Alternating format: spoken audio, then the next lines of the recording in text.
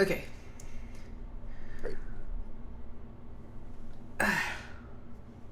Alright. I'm going to try really hard not to cough during this. Oh my gosh, and the sun is in my eyes. I might have to fix my blinds. Yes, I'm going to have to do that. But not right now.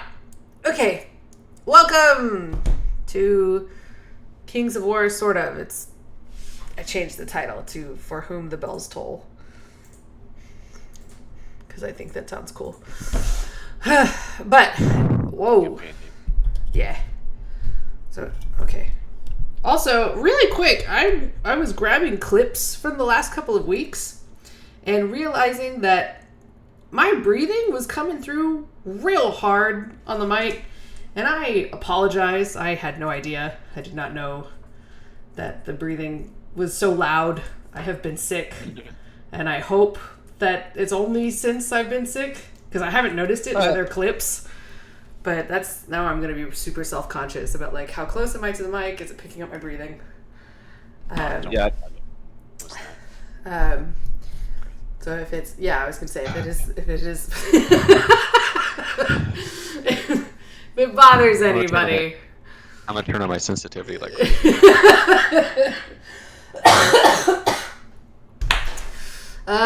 so there you go. Yeah. So yes. And then real quick plug, we are, if you are enjoying this little side campaign For Whom the Bells Toll, and you like the setting, you like the lore, you like the characters, or at least, the setting, we are writing a book that is the prequel to all of this jazz. And 3 books, actually. And we are posting the chapters online for free. So if you would like to go read a really cool story, we think it's really cool. I think it's really good. I think it just keeps getting better. I dread the day an editor takes a machete to it. But that will... It's pronounced machete. Machete. But still, I think it'll be all for the best. But anyway, we want your guys' input. If you enjoy these stories and you like nerding out about cool fantasy stories like we do, we would love to chat with you about this one, because we want to make it the best that it can be. So we would love to hear your ideas, what you like, what you don't like, what you would like to see, what you don't need to see. Like in Solo, we did not need to see Han Solo getting his vest. I think we didn't need that. But it's fine. How can we be sure he ever got the vest? How? I always thought he was wanted it. He actually received it in some manner. But anyway, okay. So, you can check it out on our website, worldofurda.com. Urda is URDA. It's the same spelling as our Twitch name, so if you found us here, you can find us there. We're also on Wattpad and Patreon. And if you found us here, you can find us on those as well. Yes. Through a similar method. Yeah, it's all the same name. We managed to get the same name everywhere except Instagram for a really stupid reason. And because their support is non-existent, that reason will continue to be stupid. And we will continue to not have our name. Okay, so... Recap.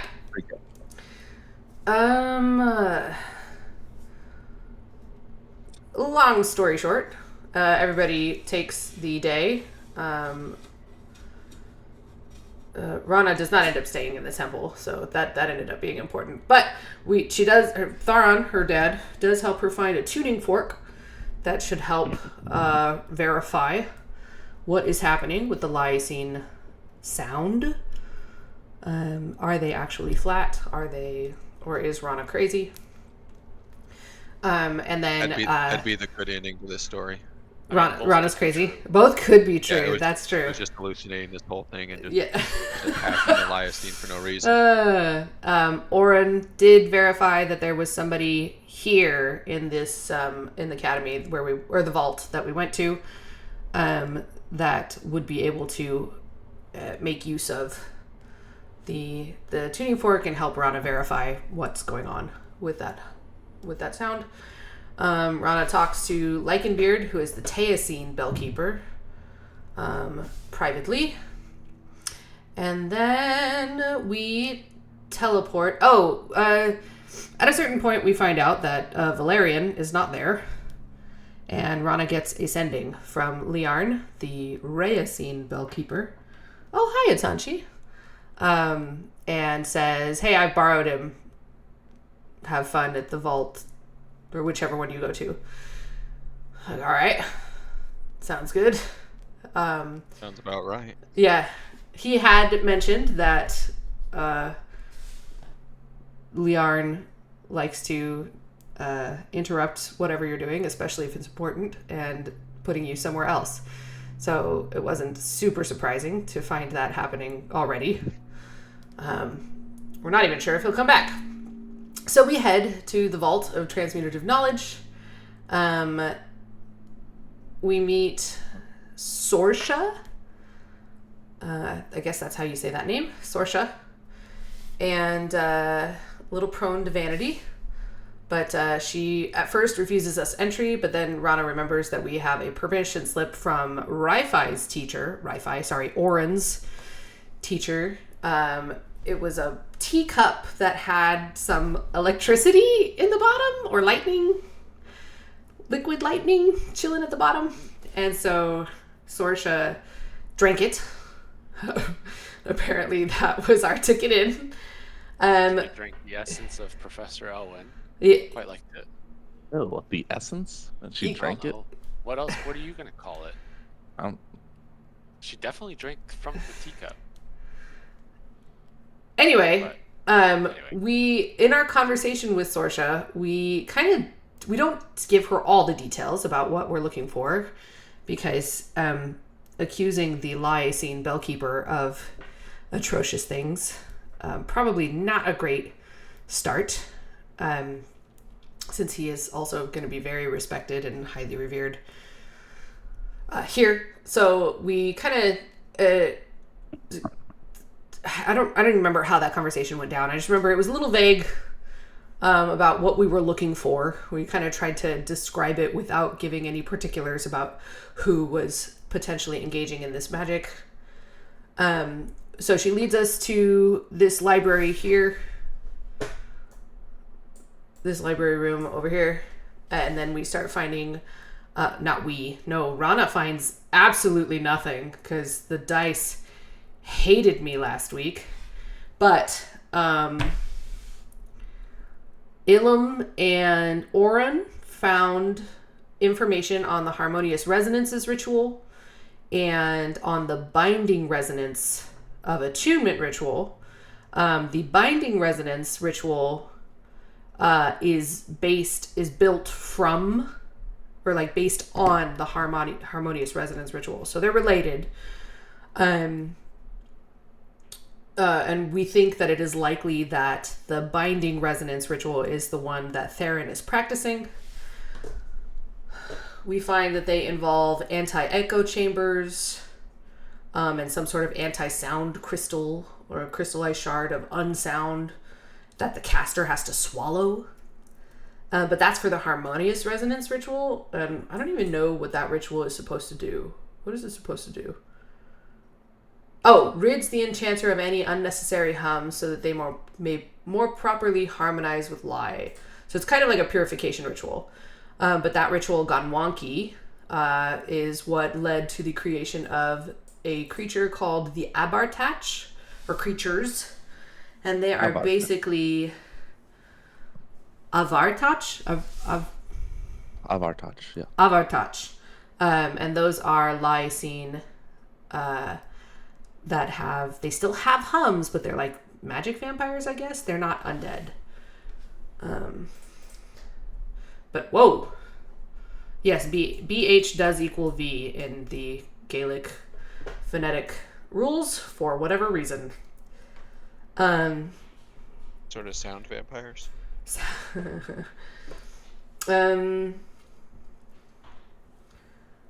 The Binding Resonance ritual, somehow I did not write down exactly what that does. but it has something to do with like melding yourself or oneself, the caster, to no. That's just what Perian told us that Theron was doing. So I don't remember what exactly the binding resonance of attunement ritual does. I don't have that written down for some reason. I do. I just have to look for it. Okay. Eventually, we're looking for a book that can't be found. We're trying to find a warning against binding of hums by a mage, presumably called Reardon. And we can't find any, or we just can't find any more books by him or something. Sorsha starts trying to help Orin find it. She can't find it either. She leaves, brings Cloudmaster Eilish back, and says, well, it has to be here. Rana suspects that it was stolen by Theron, but they said no, if it was stolen, they'd know. And then Orin finds 2 copies of the same book, which is also should not be. Yes, my grammar is... Yeah. Is also... So there didn't seem to be any difference between the two. Rana was getting impatient, so she just walks up and opens the books to try to like physically search for a difference. She suspected that just the covers were enchanted to look identical, so she walked over to open them to see if the illusion continued. And one of them turned into a winged feline creature. It seemed to have ink all over it.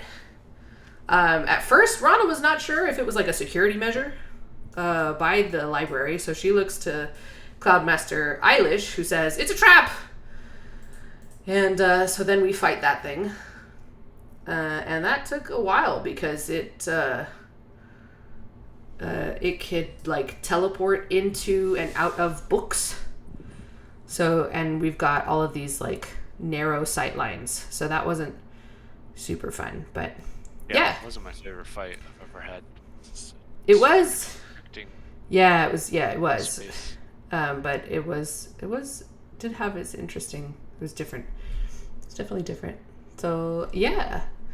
Eventually Oren put it to sleep and Ilum was able to finish it off. Rana is very hurt because it kept asking for, what was it, like DC 20 con and intelligence saves, which I have to roll like a 20 to make those, so that was fun. Yeah, so that's where we are.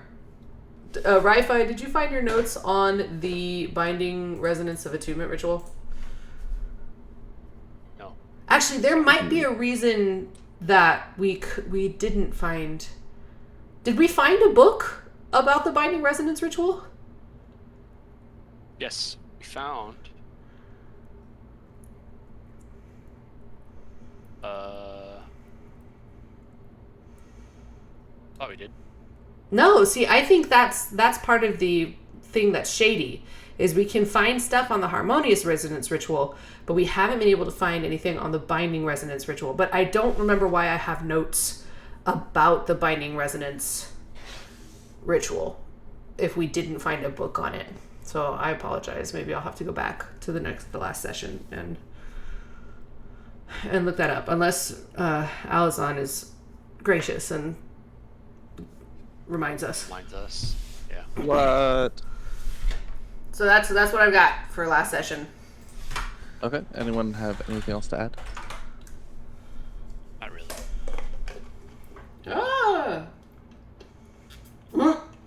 Negative.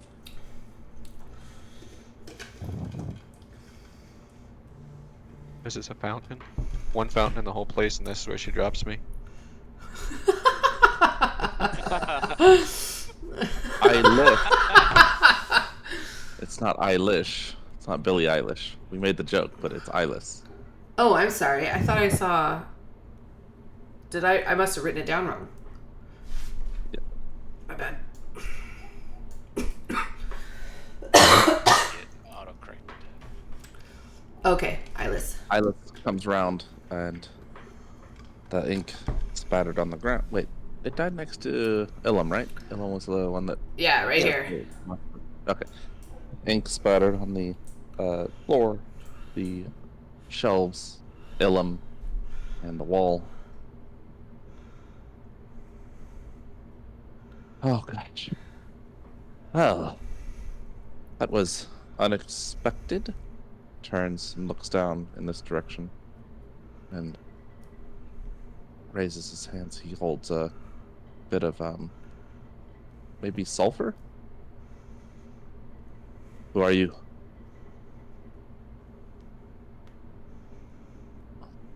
Who? Oh, Who are we? No, I said he looks this way. Oh, I Valerian. didn't see the. Didn't see Yes. the flash. Valerian. I'm with them again, I guess. the For now. invisible?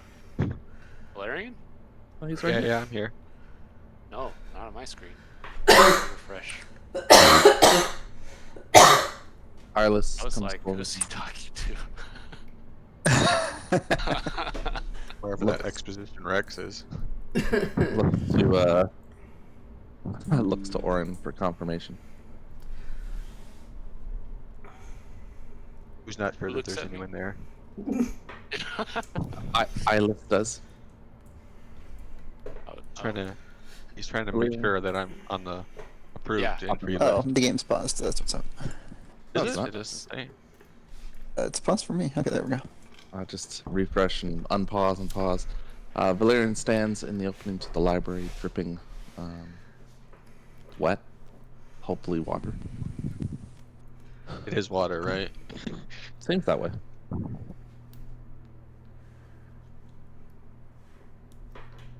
Is it the library? You seem to have found a candidate. He looks over to the table where the book lay, still open. Did Orin ever confirm for Eyeless that Valerian is with us? Yes. Oh, okay. Just wanted to make sure that I thought he did. I didn't hear it. I don't remember hearing it, but that's fine. Yes, welcome back, Valerian. I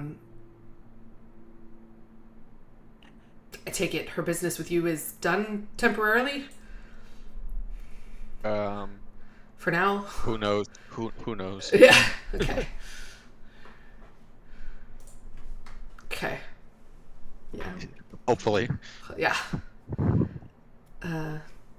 All right. Well, yes, we have this book over here. Wait a second.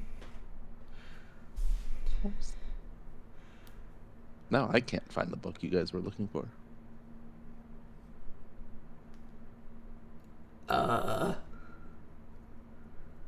Oh, the one I don't even know if it was a book, actually. I just couldn't remember why we have any information on the binding resonance of attunement ritual. Like, where did we learn about that? Sorsha probably told you some things. Oh, Told you no! that No, that's how, or when was goes it... wrong, that's how the Avatatch are made. No, that's a harmonious resonance ritual. Oh, yes, yeah. And, okay, I think it was it Orin's teacher? Orin's teacher might have told us that was the ritual that we needed to find more information on. But because they're so similar and we weren't using any specifics, Sorsha assumed we were talking about the harmonious resonance ritual. Makes sense. Yeah, I think that's how it went down. sounds right. Okay. So technically, the Eyeless and Sorsha don't know yet that we're actually looking for information on the binding resonance.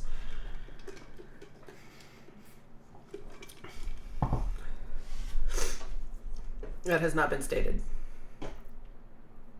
Okay. Back at the table.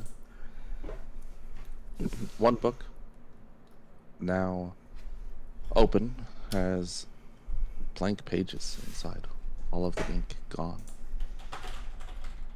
The other one still has writing. Relatively mundane subject. It seems to be on the... Gosh, what's the name of this book? It doesn't matter. Oh, I don't remember what it was disguised as. Which one the monster was disguised as? Yeah. We found 2 books that were the same, and I don't remember what the book was called. Rudimentary Evaluation of the Higher Orders of Transmutation. Yeah. Yes, Thranesdown. Yeah. That's the one. Now let's forget that forever, because I don't think it's important at all. Orin gets an inspiration. Yay. Well, no, because it wasn't in the section that you guys were looking for the the ritual. I think we had resorted to looking for books with blue leather bound bindings. Yes, that's what Orin had started to do, yes.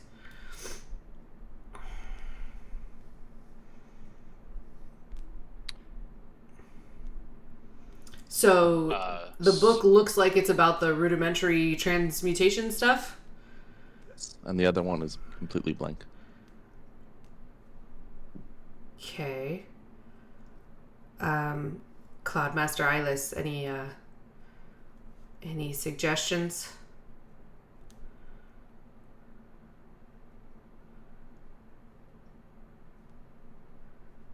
He stands and frowns at the book, huffing with his jaw set.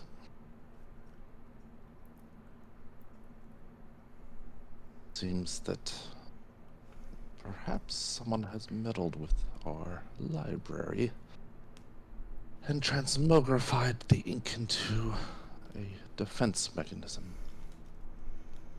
He looks back to the corner where the creature was slain. I hope that wasn't all of the knowledge that this book contained. Looks back down at the blank pages. And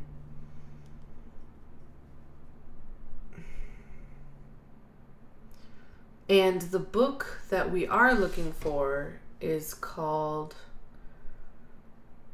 A Warning Against Binding of Hums, and that was blue, right? That had the same color, or the same cover.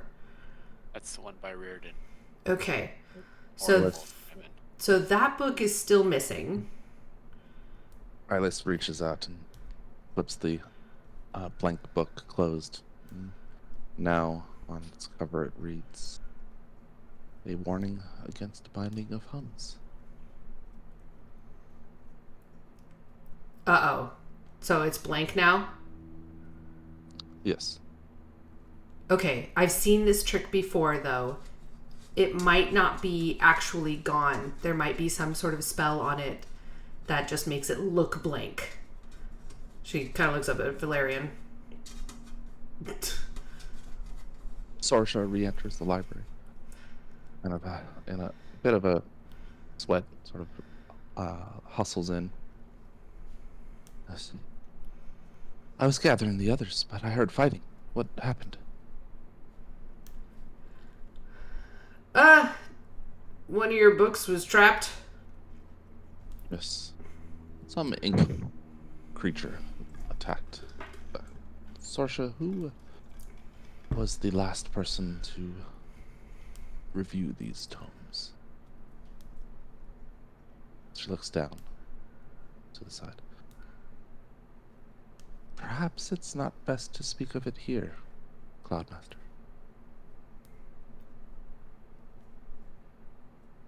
He just nods.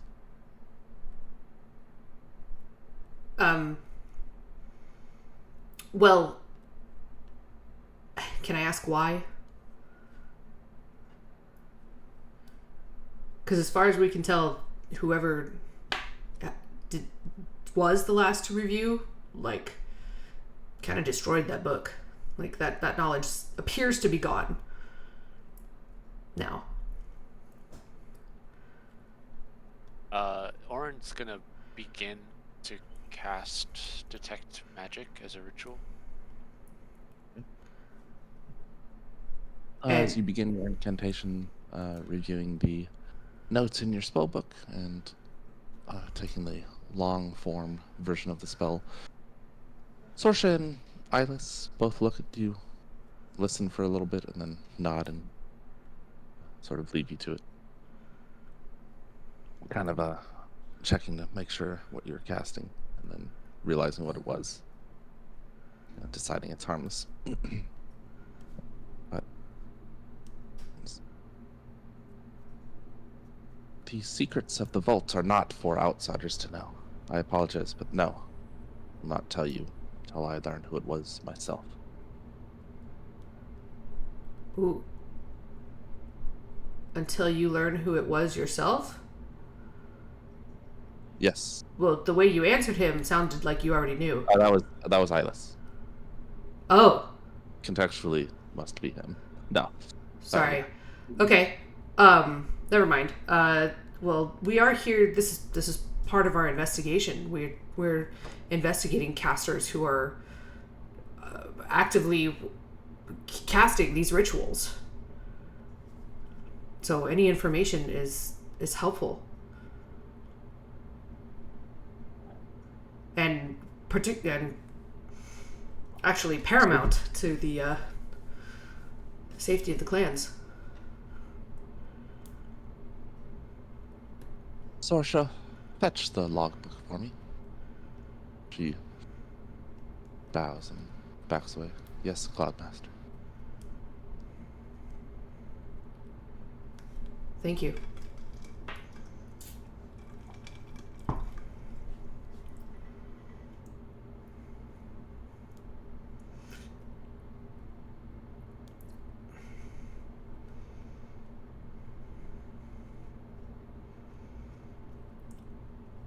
In the meantime, I guess Rana will roll an insight check. Why is Sophie on the list? Hey, she can incite things. If Nissa's roll from another room entirely. Yeah. Nessus is just enjoying the sunlight.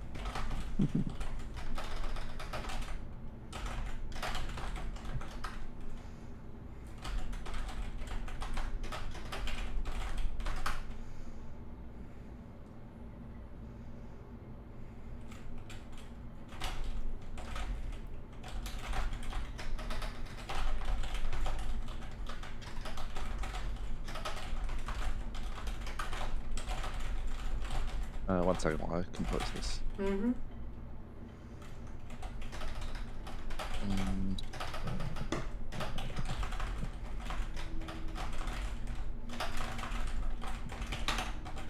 Oh, you guys don't know what you got, huh? That's Nope. fun. Nope. Nope. I'm not even sure if it rolled the right number for me. It did. It added +9 to mine. Probably. Pretty sure it added +25 to mine. Oh Ooh. gosh, I wonder what's his face knows Aquin. Probably not, huh? Nope. I know Rana does, so that helps.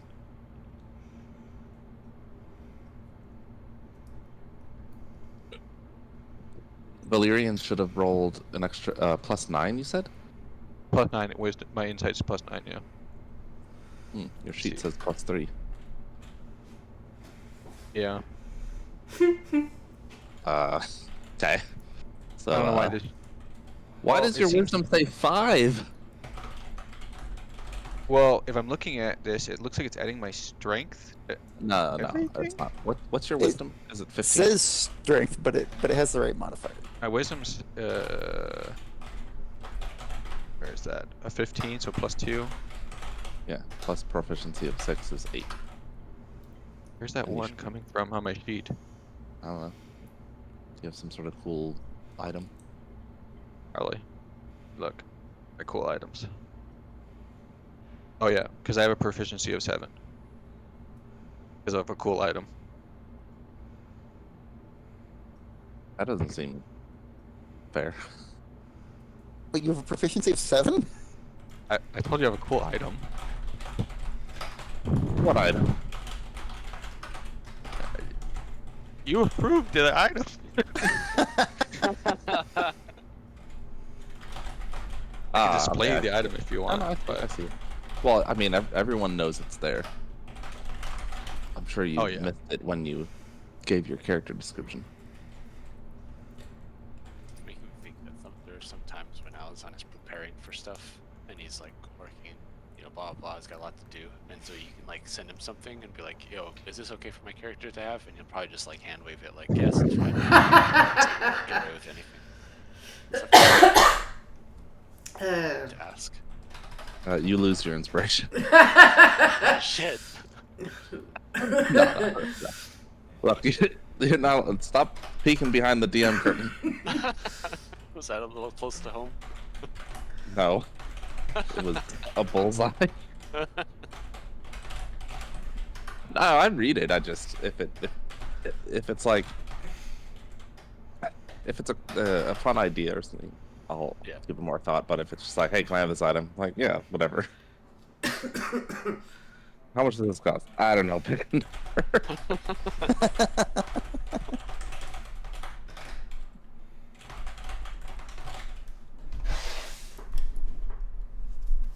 Any So a few news, minutes pass. Cloudmaster Ilis? No, Bellkeeper. A emergency has delayed Sarsha. We'll need to wait for her. Perhaps. Is she in danger? No, nothing like that. Now, we have no lodging here, but you're welcome to return in the morning.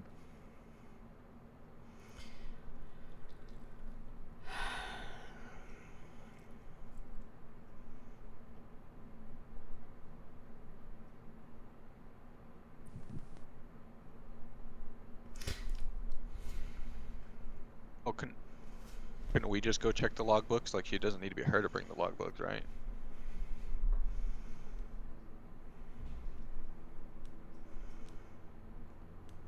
Like, there's gotta be like another guy that knows where they're at.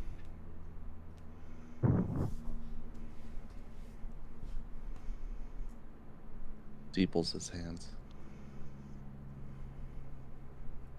The information contained therein is not for you to know. It is only for the keepers and myself. When he says keepers, who is he referring to? The librarians. Ah, okay. Aren't you gonna show us like 5 seconds ago? I was going to review it myself. Another Lycene enters. Whereas, despite most of them wearing simple robes and a few, adornments, accents here and there, but no armor. This one is in plate. She walks forward and bows. Hello, everyone. I am Keeper Lyrael.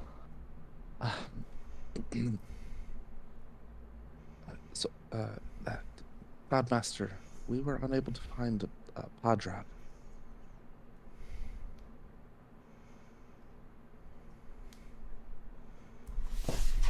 I see. Yes, I think it's best you all return tomorrow. What's wrong?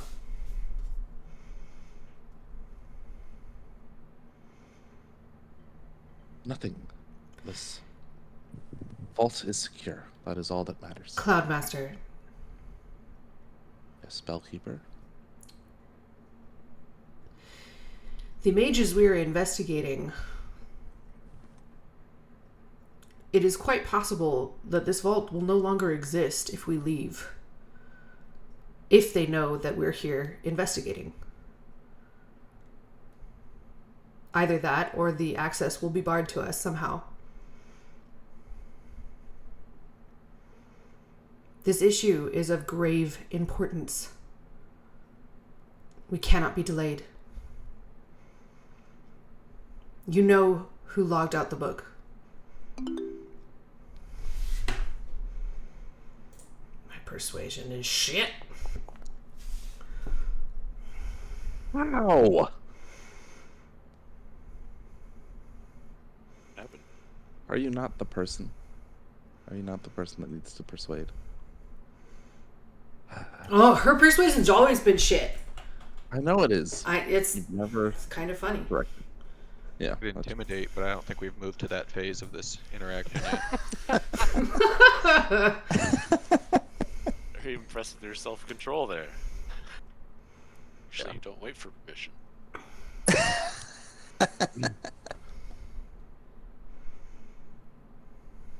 We got this weird dual longsword wielding person, so who knows what she can do. Yeah. She has no weapons on her. Was there any result? of Not that even like attack, in Jack? sheaths. Even like a negative result? No. Not for you. If an You're negative. waiting for some posts. That... No, yeah, you didn't get anything.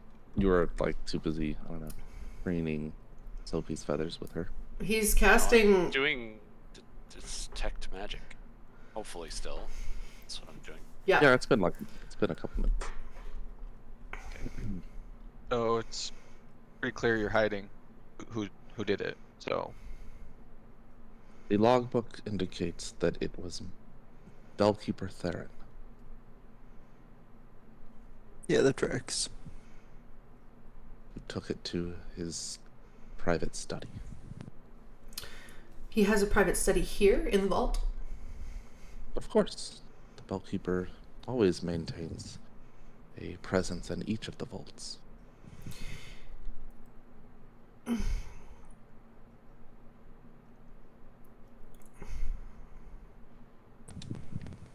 It is likely that the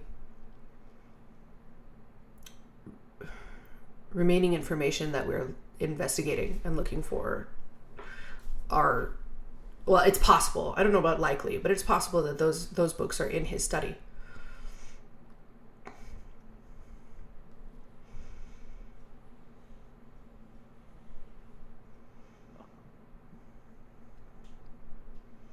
Is that something that you could go check for us? If we're not allowed in ourselves? Neither of us are allowed. Oh boy, okay. but I'm good to go then? No one here, nor on Erda, aside from Master Theron, is allowed. Unless there's a new bellkeeper. And there isn't one.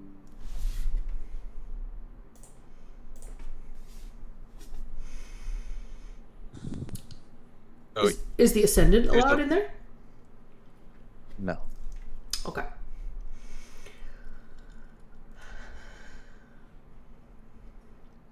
When was Theron here last? When was Primarch? Sorry, she'll use his title. When was Primarch Theron here last?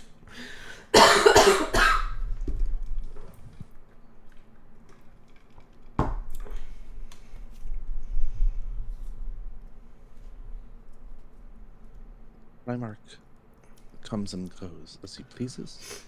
The last official visit was 3 years ago.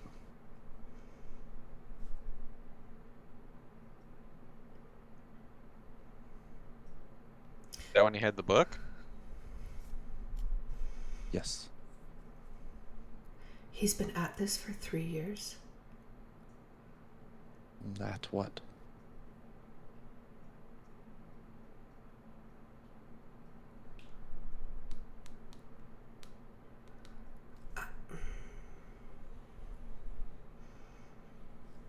We have reason to believe that he is enacting this ritual at the...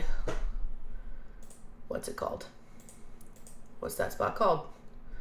Bundesbahn Anklag.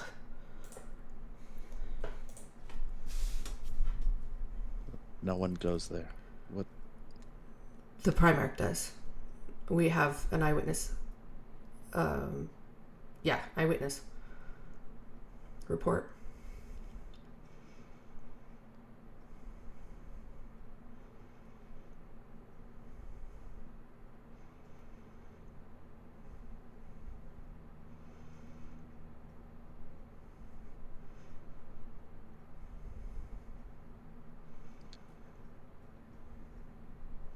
This information is critical. What exactly are you investigating? The ritual that the Primarch is reportedly what is the verb? Carrying out, enacting, Tempting. performing at the Font of Lie. And you believe that this book, this warning, would be... It has something to do with the ritual he's enacting. Well, yes. That's why it was trapped. That's why he got rid of the information. That's why he's the last one looking at it.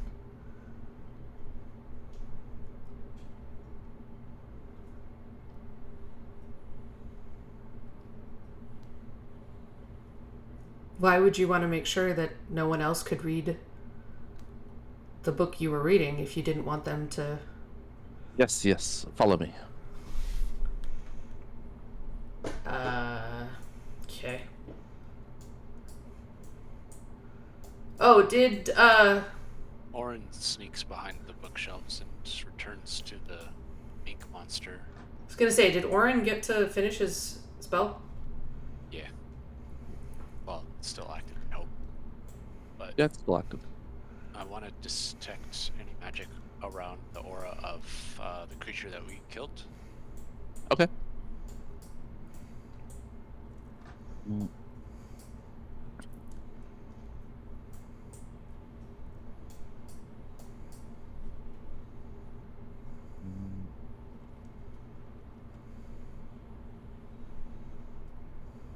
It's weird. There's like a weird darkness spot. Right?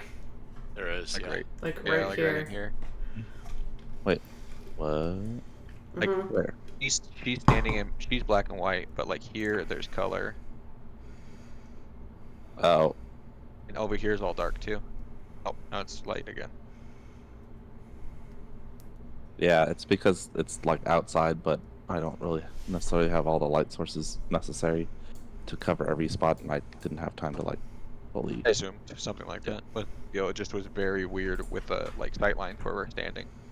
Yeah. Can I, is the remains of this creature something that I could carry over to the table? It's all ink. It's all ink, okay. Can I collect it in something like a vial? Using- Not a single vial, but yeah, you could collect it with prestidigitation. Okay, sweet. Ah, cool. I am accordingly clean. What is this thing? Um, Have I seen this thing before? It is a kind of method. We would saw I know where? we saw one earlier. Sorry. Would I know where to find, a few vials that I can collect this inside of these grounds? There's probably like a supply cabinet somewhere, right? You've got an attendant right here. Hello, attendants. May I have several ink vials? Do you have any in your storage? Gives you a lopsided smile. Forgive me. I'm Not unfamiliar planning with to your title. deface a few books, are we? No. I would never.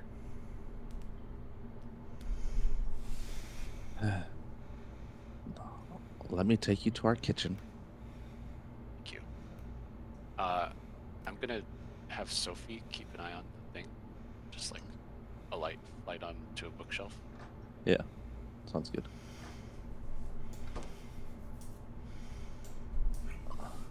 Slight detour. What is this? Hold on. Sorry. The detour was not a lot. So, Eyeless leads you across a kind of a rickety bridge. It looks like at one point it was probably quite sturdy and magnificent, but the banners are crumbling. There's planks missing from a few spots. Not so much that it's dangerous, but definitely gives a image of less than the repute of the vaults. You pass by is likely a room dedicated to divination. There's a large telescope with a plush cushion next to it, and arcane circles drawn both around the telescope as well as on the ground and out further, like without being able to stop and really study. You won't know precisely what they do, but the book on the table that was opened, it's again concerning the constellations of Erda, and specifically how the stars are really just leaves of the great tree, but there can still be some meaning in them. Eyeless leads you into a small corridor. There's what's probably a dragon skull sitting on a dais in front of a door. A steam mephit greets him, and Eyeless says, "Okay, Botham. Give me the keys." Botham scowls at the two of you remaining. Eyeless turns back and sees only Rana and Valerian. Your compatriots have fallen behind. Let's go retrieve them, shall we? Oh, apologies. I had not noticed.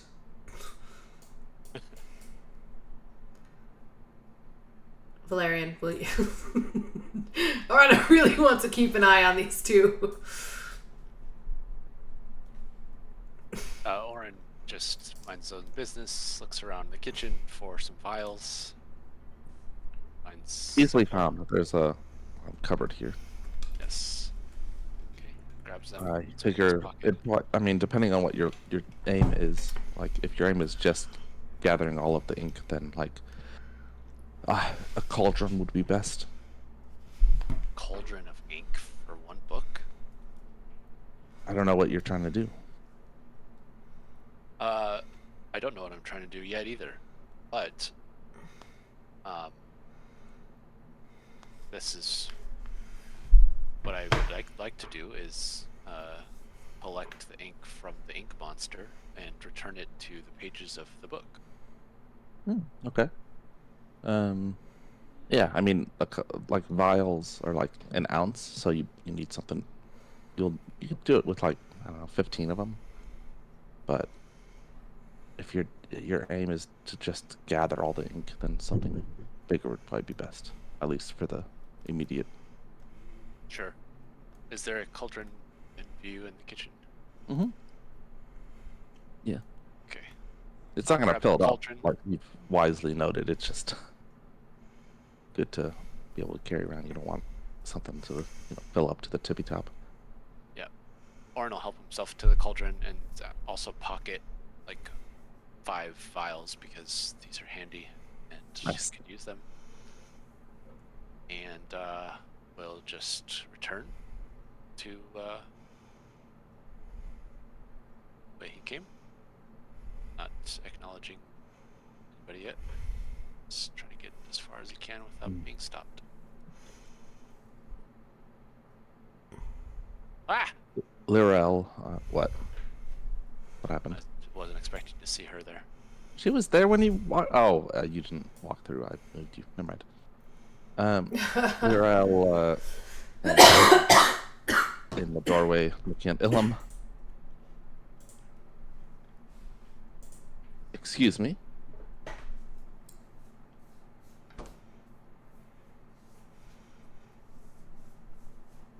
And of course, same for Eyeless. Bellkeeper Rana, What? you need to gather your companions. She'll stand aside and let him lead the way. Oh, Right. okay.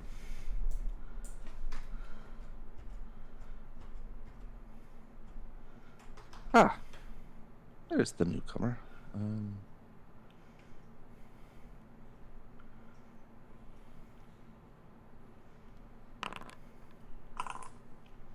Was this all of you?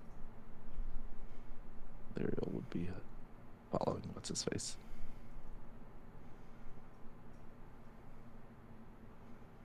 Is this all of us? It's around. Sorsha said there were 3 of you, but I remember there's the other one. Yes. Where's your Lysin friend? Mage Orin. Last I remember, he was casting a spell at the table. Did he finish? Yes, of course. But he did not fall in tow. Let us get him.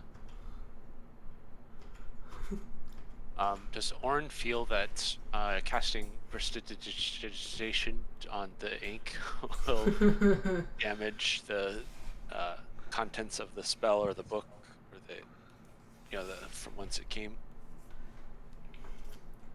I want to make sure I preserve whatever the magic is that's imbued inside the ink. Check.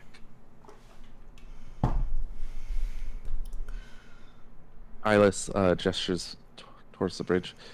Please return to the foyer. I'm making sure that all of your companions are coming this time. Of course.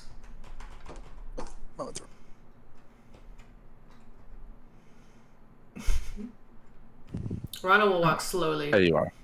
This way, please. You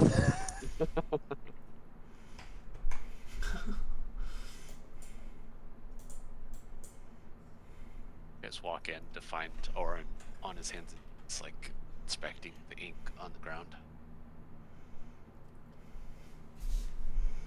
Mage Orin, if you would kindly join us. Well, actually, if you wish to remain in the library, that's perfectly fine. I thought you would be joining us in Theron's study. Lyrael, make sure he doesn't go downstairs.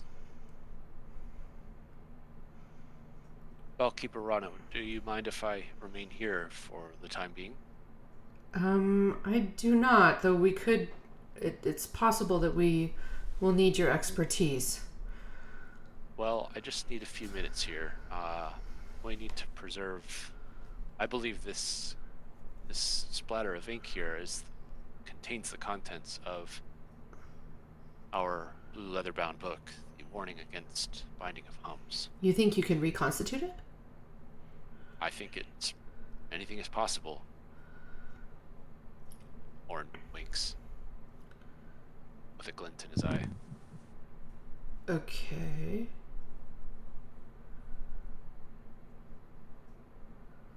That's the spirit, Rana. Albeit. Back to the study. I'm certainly getting my steps in today.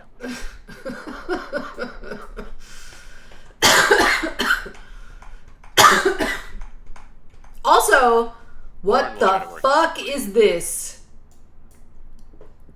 That's not how mind that. Rana says Please that out loud. Let us continue. Wait, no. Like, what is Rana seeing? Oh, yeah, that's a good question. So there appears to be a winged horse of poor constitution. Has many bits of flesh missing, cuts, bruising. The wounds don't seep blood, but a kind of pussy greenness. Like a zombie Pegasus? And yeah, and even once in a while a bird will land on it and sort of peck at it and then fly away. Yeah. We study many things here. Please, let's continue. Necromancy is forbidden. It is not necromancy. Are these undead? Can Rana sense them? Yes, they are. They are not living.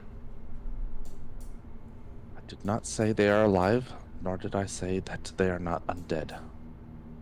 No necromancy has been created here.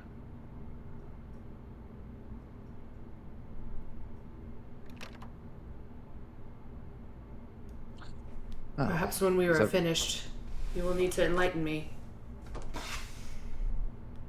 perhaps. When you return, the Mephit has the keys in hand. Where they came from, you don't know. Eyeless takes them and moves across. But I need to run to the restroom real quick Okay. before we open this door. So I'll be right back.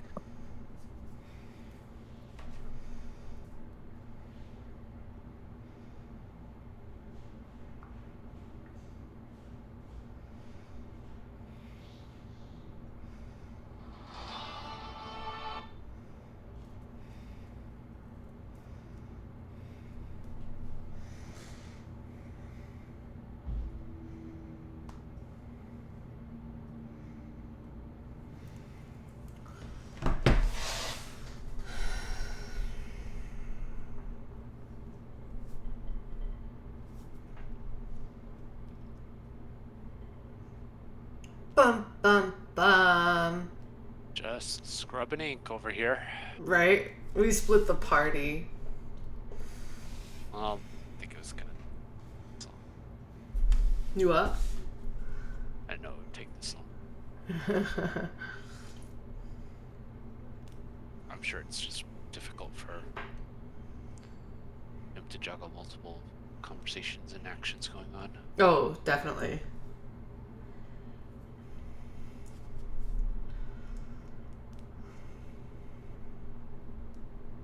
I'm gonna be right back. Okay. I'm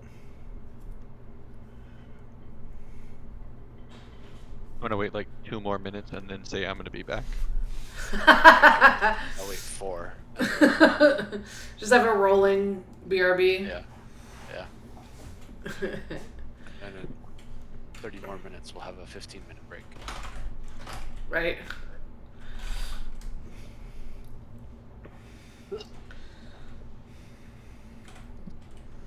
Okay, sorry about that. I'm back. Is chaos. He is nearby. I can sense him. I haven't felt him. Hmm? Oh, looking at a map feature and I'm realizing I should have done something slightly different. Who will? Yeah. So while Chaos is gone, back. Never mind then. Oh, but please. It takes a few castings of prestidigitation, but you're able to gather all of the ink into the cauldron.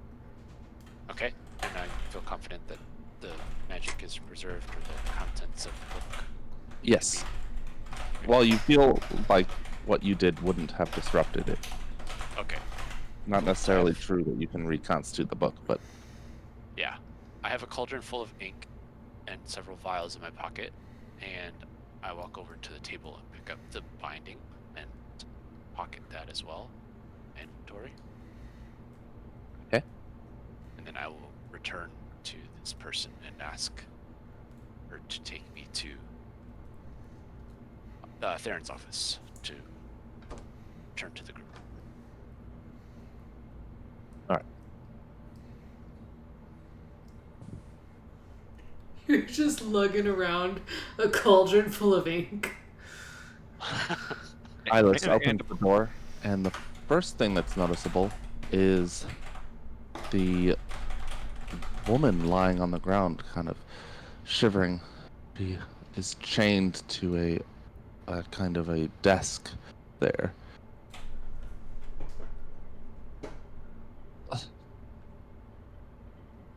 She has kind of a crazed look in her eyes, and she sees you. She pulls back and sort of edges away and tucks herself into the corner. Is she Lysine? Yes. Does Rana recognize her? No. Okay, I was just wondering if it was maybe like Virline, because I know Felinia said that Virline died, but was it Virline? Yeah, but I was just curious if maybe she had not witnessed that herself. So she approaches cautiously. Cloudmaster Eyeless, do you know who this is? I don't. How old does she look? Definitely an adult Okay. elven woman. Okay. Her sort of her hair is kind of scraggly at this point, and quite thin. Thin enough that you can see scalp between a lot of the strands. She looks up with a kind of a lusterless color in her eye, and mutters incoherently under her breath.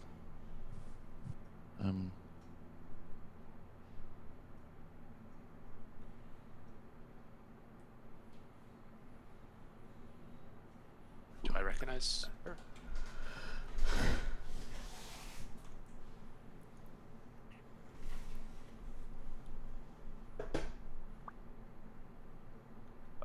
Yes, she was an academy student known as. Oh, I should not have named her this. Oh no. Alis.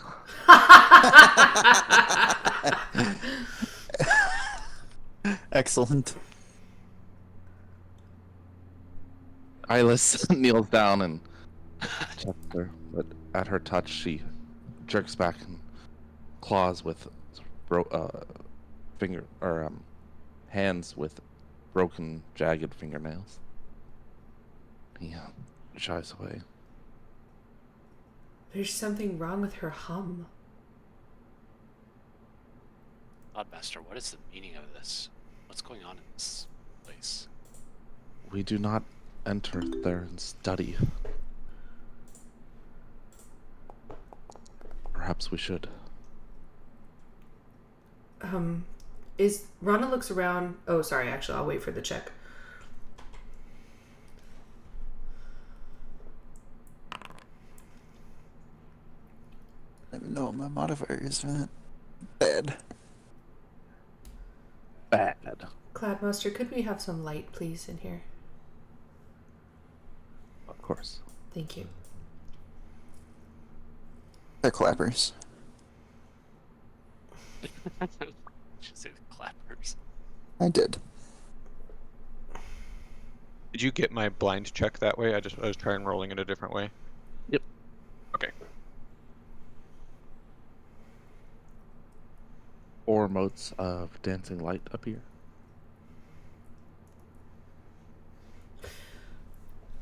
Just to show how inferior he is to other mages and their Oh spell my choices. gosh. Okay. He knows both because he's an idiot. So this is Rana's gonna look around for a chamber pot. Okay. With the light and with your attention no longer focused on the individual, the room has a couple bookshelves filled with, not filled, but there's a smattering of text there. A few crates. There's a kind of altar, raised. You have to take a few steps up to it with an open book and some candles, and as well as a bedroll. It's definitely not a bedroom, but presumably Theron has sometimes stayed here long enough to need to rest. There's a magic circle to one side with multicolored rings of chalk around it, and a raised semi-lectern-like area next to it, which is this thing. A few steps that lead up to it. And then, I'm sorry, could you repeat what your question She's looking around for wherever this woman, I guess, goes to the bathroom. Is there a chamber pot? Is she covered in waste? Yeah. So she, it's funny, I always forget smell.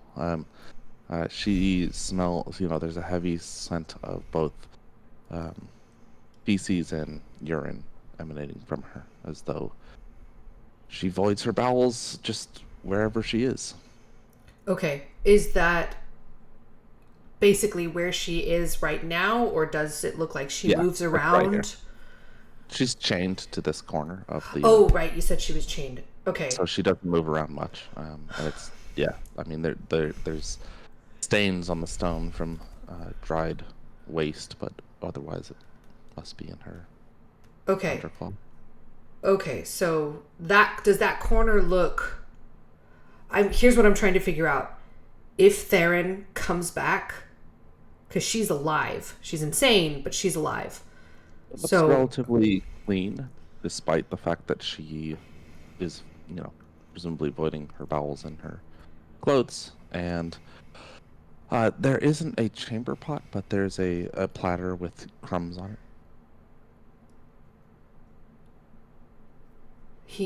somebody returns here somewhat regularly, or she would not be alive. Rana says that out loud. Maybe it's the Primarch. Maybe it's one of his would-be ascendants. I don't know. This poor woman.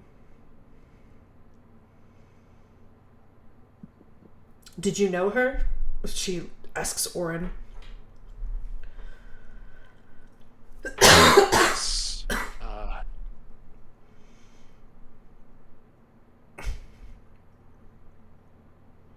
She's Perhaps I'll get a more information. she's a student. She's another student from the academy.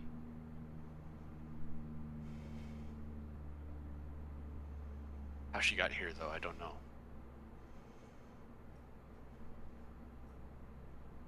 Can anybody? Likely lured by Theron. And there, how many students now has he killed, or gotten killed? Does Orin know that? No. Rana's kind of asking that to herself. Oh, I see. That's true. All right. Well, we're here looking for the information on this ritual. Can we do anything for her madness? I don't know.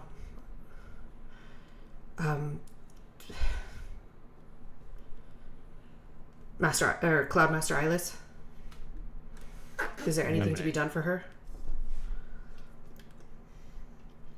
Of course, there are restorative spells granted by Lai as well as Doeg. You could attempt one. Do I know which one he's referring to? Oops.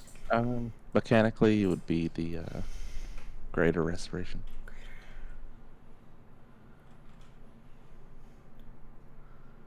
Or a heal. I don't have heal prepared.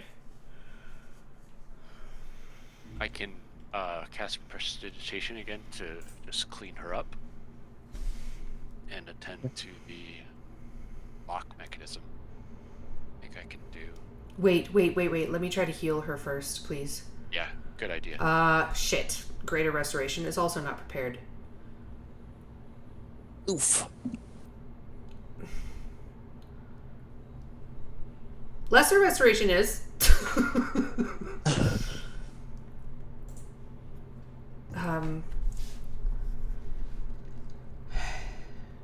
I don't know how to say that in game. I don't think Doe will be granting that prayer today. Like I didn't ask for that. Yeah. Right? I was it's a little not. funny when it's like if I put in my prayers already today. She'll have to wait till tomorrow's prayers. Yeah, I was not prepared for this situation. the budget Prepared. Is there anyone here in this complex in the vault that could help her?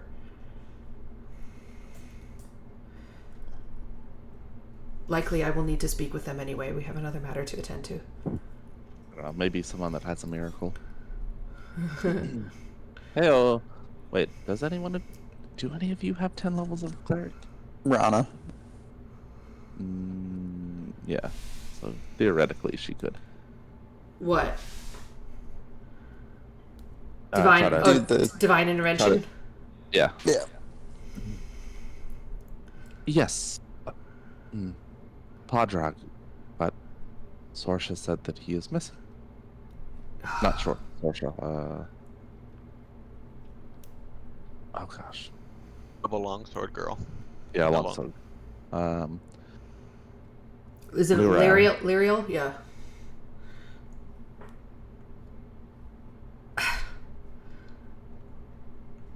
Is he your priest? Or the priest of the vault? He is. Of course he's missing. How long? When was Why the? do you say? Because You take there is an effect that we believe Theron's ritual is having, not just on him, but on all Lyacine, and we mean to verify whether that effect is actually in play or not. And we needed a priest to make that verification.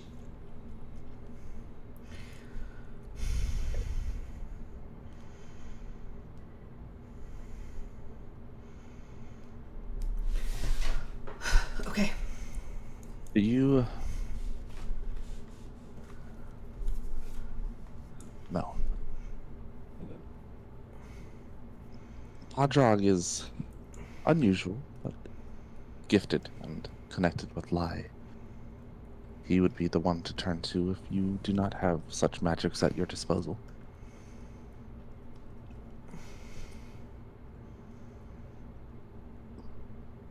I feel until we can restore her, loth as I am to leave her here, it may be best. Catwalks between the towers are precarious. Right. Yes. We would not want her to fall. That is just a good point. Well, in the meantime, may we search sorry, the rest of this room? Yeah, What's up? before we do that, Orin I just, Refi, the player, just saw this, so Orin will say, just to close the commentary on Alis, she was once vibrant and intelligent as an elven scholar. Her eyes sparkled with curiosity and vitality, and her gift was in transmutation magic. But she's too young and inexperienced to be an ascendant.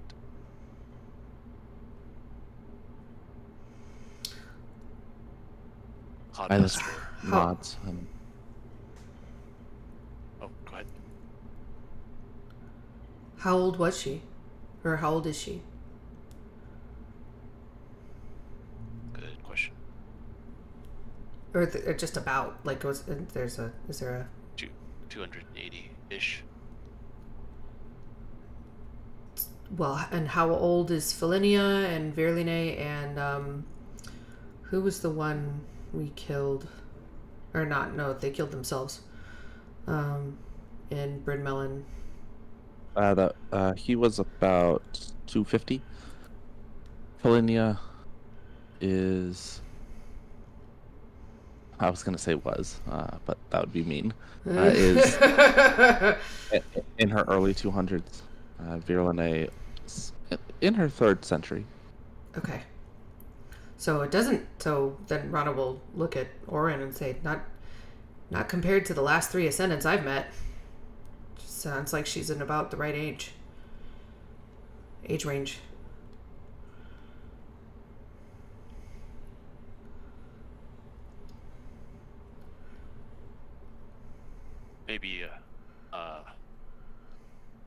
Maybe it was just like her inexperience, but It's possible. what I've seen is that ascendants are generally 400 before they become a bellkeeper, but maybe times are changing. Well, or Theron is manipulating them with the promise of ascendancy. Yeah. He's promising them something. All right. What about these books? This book here and these shelves. Can we take a look at these? The shelves are covered with a thin layer of dust, but they have titles of. Let's see. A few sort of deal with old knowledge. There's one called Arcane Tomes and Tombs, Lost Knowledge of the Past.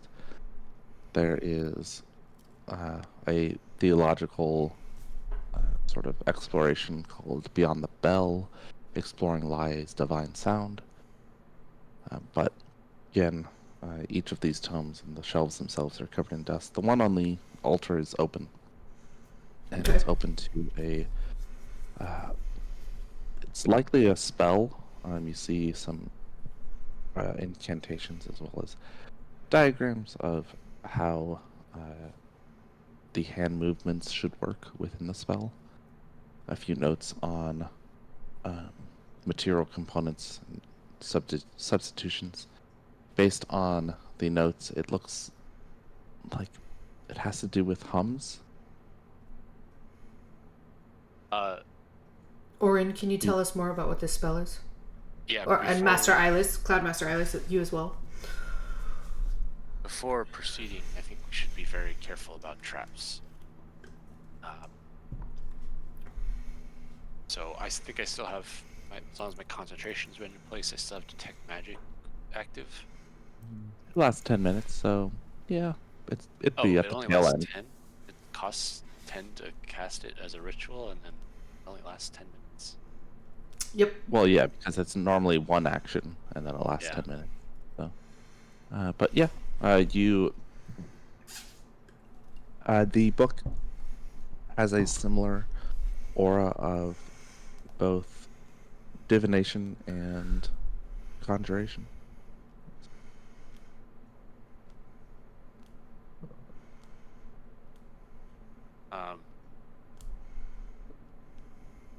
These are kind of nauseating to just really absorb with the detect magic, threatening to sort of overwhelm your senses. Look, you kind of get blurry-eyed looking at it, and you kind of pinch the bridge of your nose, eyes watering.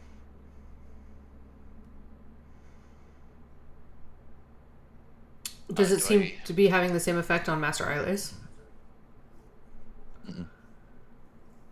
No, but no. That would be because I'm the one trying to detect the magic. Maybe it's overwhelming my senses because of that. Just too much magic is like Yeah, quantity of magic. that's how powerful it is. Yeah. Okay. Is that common for books to be emanating that much magic? Like even in a place like this? No, but all of the vaults protect their knowledge in different ways. So presumably they've enchanted their books in some way to help to preserve that and to keep people from either stealing or finding ways to get them. So, for example, like you don't want someone teleporting in and then grabbing a book and teleporting out. Okay. So you enchant both the space and the spell and the books themselves so that it's easier to protect. Okay. So, is there anything that it's unnatural to me then about the magic from this book, or is it like No, expected based on the? Okay. It's that the power is quite high for Right. protecting the book, but otherwise no. Okay. All right. I think we're probably safe here to look through this book. What can you tell me about this spell that's on this page? It might be related to what happened to poor Alis here. Yeah. Orin will step forward and read the page. Give me an Arcana. Cloudmaster Eyeless, if you would also give us your opinion, I would appreciate it.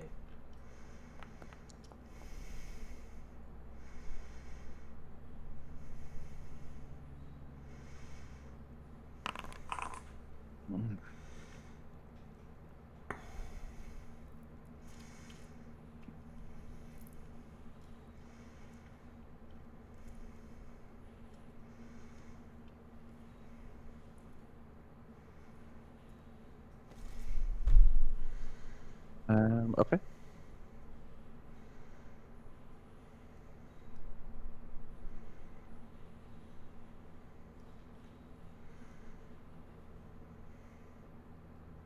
Eyeless begins to read the notes, both the writing within the page and what he identifies as likely added by Theron himself or some other reader, but he don't like when people deface books, so probably Theron.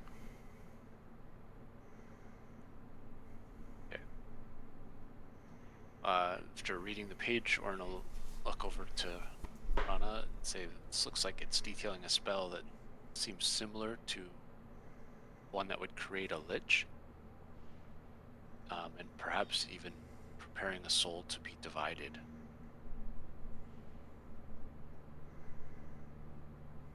Yes, that's what I understand as well. Shearing off a portion of the hum. To what purpose? Does it Sort of an involuntary shiver as he looks at Ailish. Alis.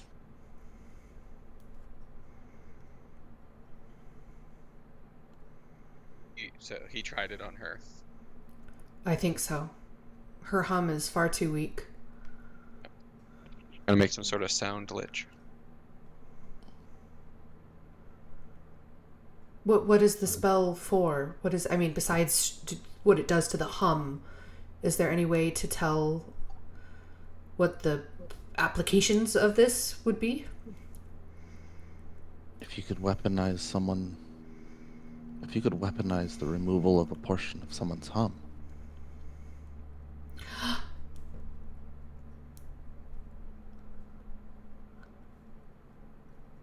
War.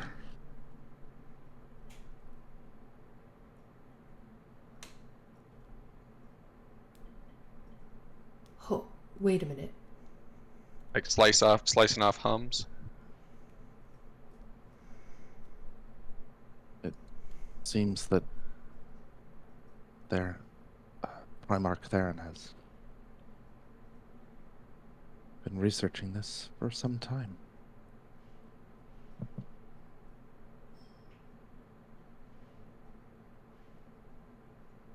Rana gets very, very pale.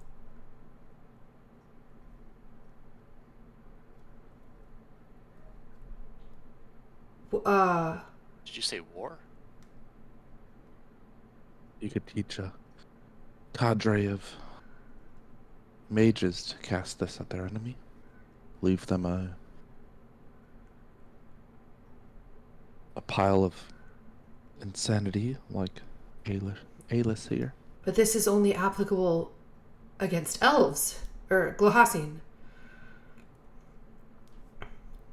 Is that correct? He looks at it a bit more.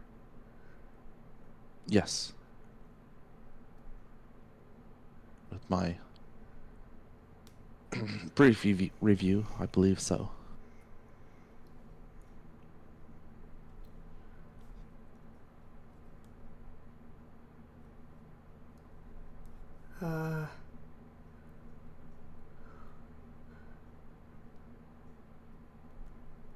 So who is Theron preparing to fight?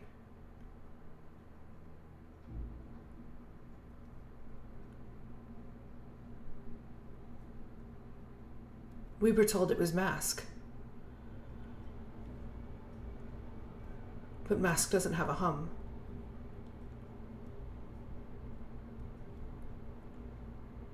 He turns and it's kind of narrow-eyed, quizzical look. A mage Mask used one of the bells. Is he not an elf? I haven't seen him, but I've encountered him and heard no hum from him. My understanding was that he had somehow trapped the Bellkeeper Illidan's soul and used it to use the bell. Stand. But my knowledge is far from complete. He hardly confirmed that. course, he is a master illusionist. Right. Who knows what that fucker does? No,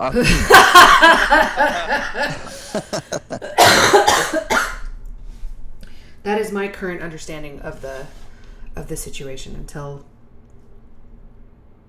perhaps Theron has been further informed. That would be reassuring. Otherwise, the applications of this spell, I fear them. What's the rest of this book about? Orin lifted. Flip through the pages, table of contents, cover of the book. Inside sleeve. see if there's a forward or an About the author. author, yeah. Dedication page. The title of the book is Dedicated to my mother. Wow. Book about creating liches. Oh gosh. The book is called Transmorphic Symphony, Harmonizing with Divine Sound. It is the introduction, just reading a few lines, sort of paraphrasing. It's a book regarding ancient rituals with respect to the divine resonance of Lai sound and how to sort of, both remove like outside distractions, similar to the idea of purifying the hum to be more in tune, but it goes more in depth. But there's, it's only about an inch thick volume, but there's probably only, just flipping through, there's 5 different sections, and each is like 20 pages long, dedicated to a very specific kind of ritual. And one of them was the one that sort of shears off a portion of someone's hum.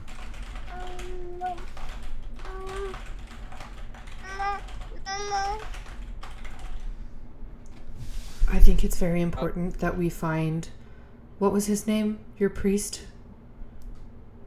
Podrog. Podrog? Podrog, yes. Podrog. Forgive me. The effect that Theron is having on the Lyacine. If this spell can be applied the way I think it can, we might not have much time to verify that. We need to find him. Does it go over what happens to like shearing off a part? What happens to that part? Is it destroyed? Would he take it? Does having more of it make him more? Do you want to review the tome? And if so, give me an Arcana check. I'll ask Orin if he saw anything about that. What happened to the hum? Yeah. No. Okay. Well, you only inspected the one page, and then you kind of flipped through to see what the book was about. Oh, so it's not no as in doesn't. It's just no as in I don't know yet. The no is that you did not see anything in the perusal that you have completed. I mean, this is a 100-page book. You're not going to read every page just standing here. I'll look He's to. He's trying to find a way to get stronger to fight Mask, not necessarily using this against him. Give me another Arcana check.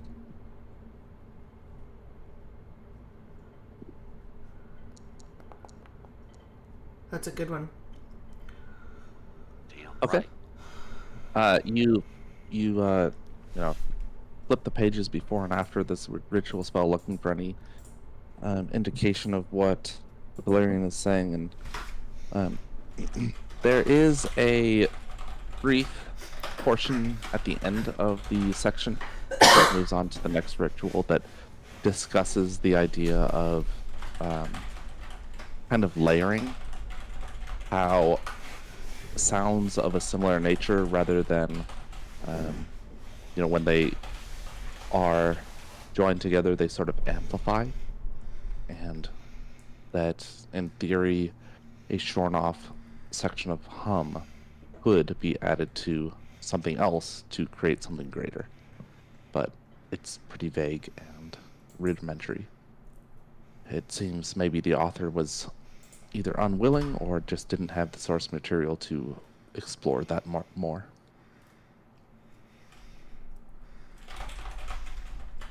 So effectively, Theron might be able to absorb the Shornoff piece of hum. Yes. Okay. It's possible that that's an application. Okay. Well, yes. Let's hope And then it's- that that is part of his plan and not something else.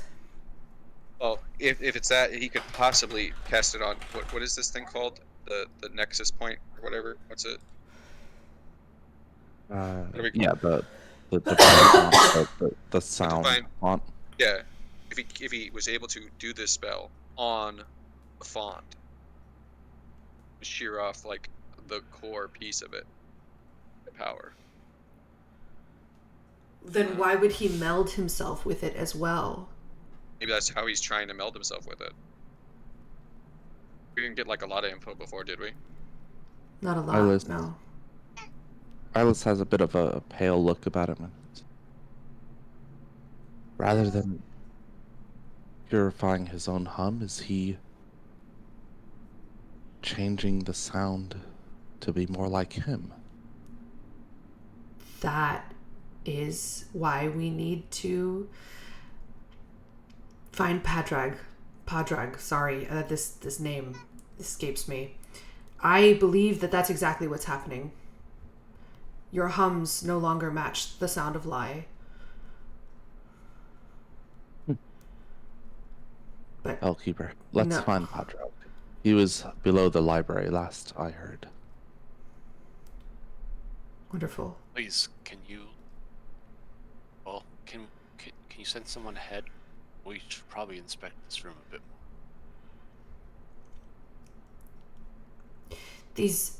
Yes, let's finish perhaps inspecting this, maybe this side of the room. Yes, of course. I appreciate the urgency, Cloudmaster. Thank you for... Removes a piece of copper wire and begins to incant, speaking through it.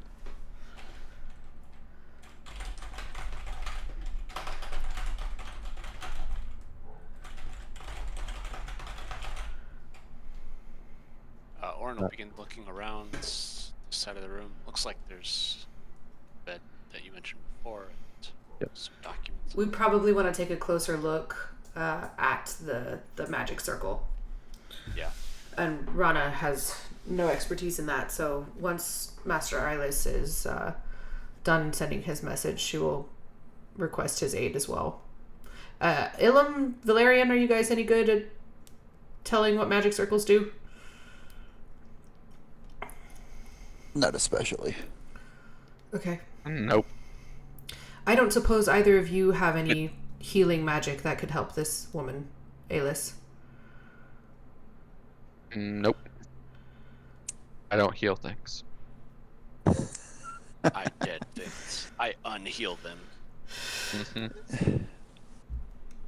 What is the nature of her affliction? Do we know exactly? Well, she seems to be insane, and we could use some restoration magic. Maybe even Of greater. the greater restoration variety. magic. It's beyond my abilities. If it was a curse, I could deal with it, but All right, thank you. But- Perhaps if when we're finished here, we can find Padraig and he will be able to help her. We can hope. Okay, so I guess Orin and Cloudmaster Eyeless, whenever you're ready. Eyeless, yes. What does this thing do? Appears to be a conjuration circle. Perhaps Primarch Theron had been consulting with other entities.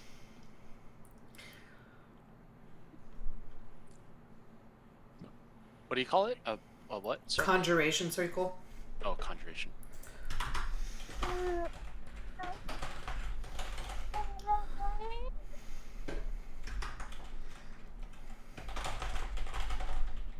Oh, so Orin will pick up some of these loose sheets of paper on the floor over here. Oh, and get distracted again. He picks up some of the loose sheets, kind of walks back over, and you catch him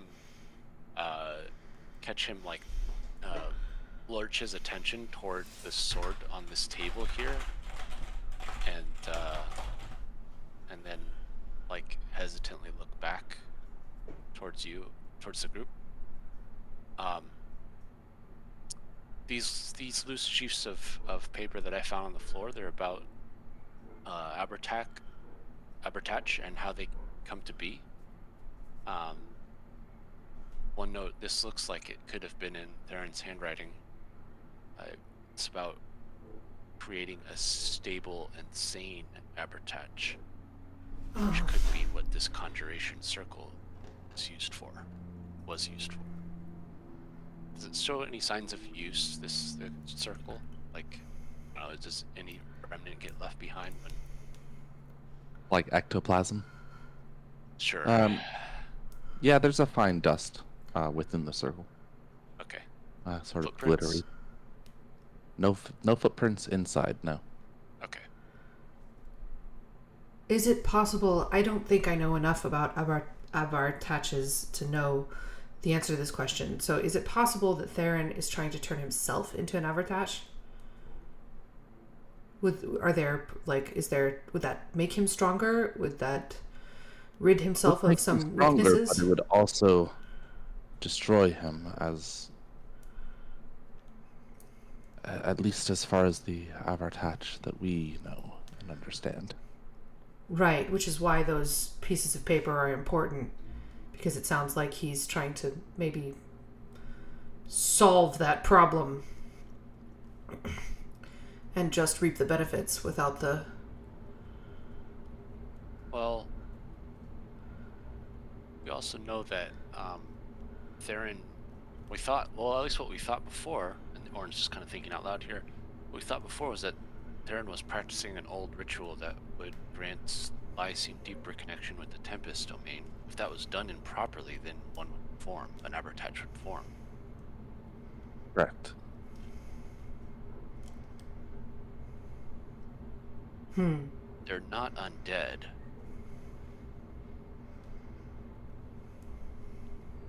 Wonder if...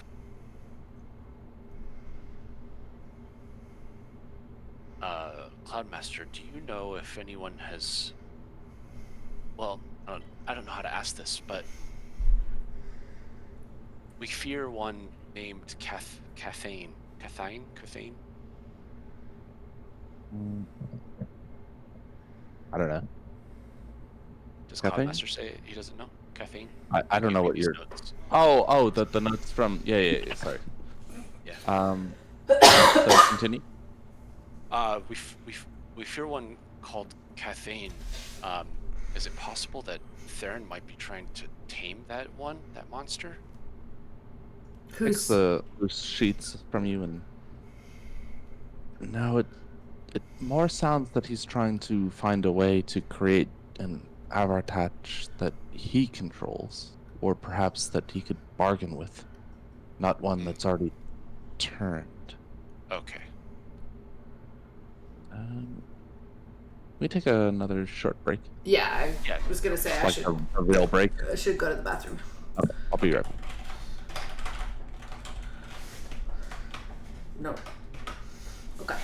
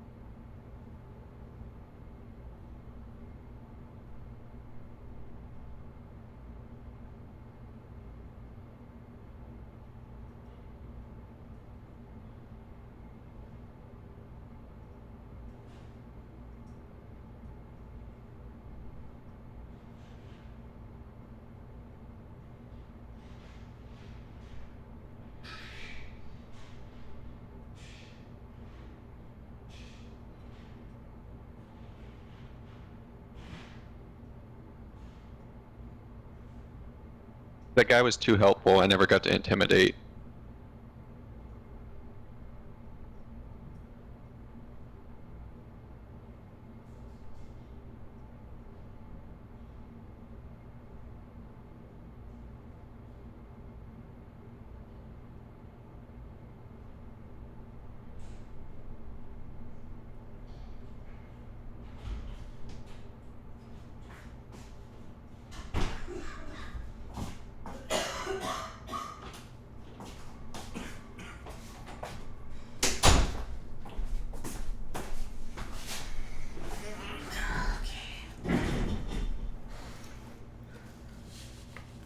All right. I'm back. This guy was too helpful. I didn't even get to draw my sword and threaten his life.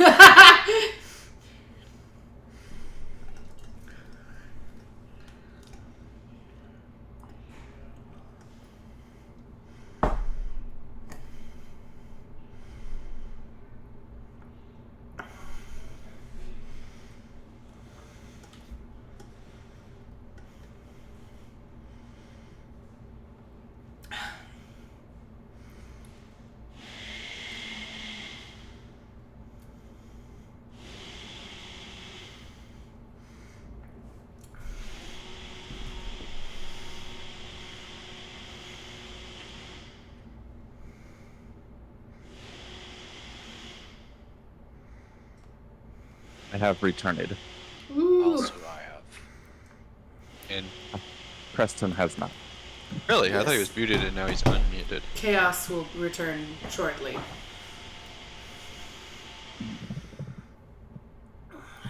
That makes It me was think feeling- of, It was feeling a little lawful in here, so.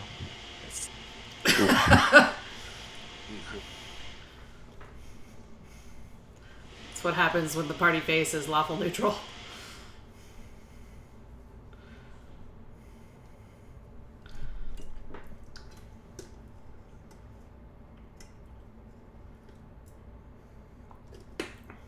With no charisma.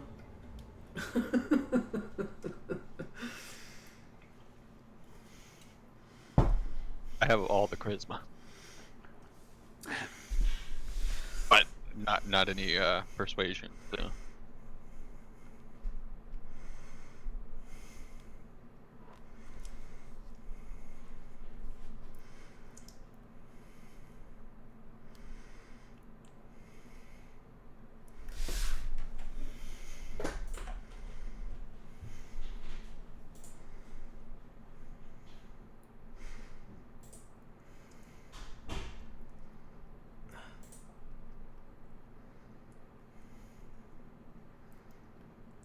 I'm a llama again.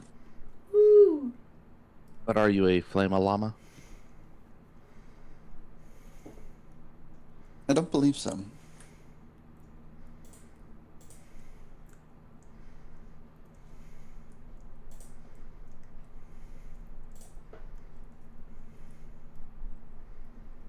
Okay. So, we back. We back. Oh, yes, Um, I should. Oh, yeah. Oh my gosh. Were there any Uh, other no, questions yes. about the summoning circle?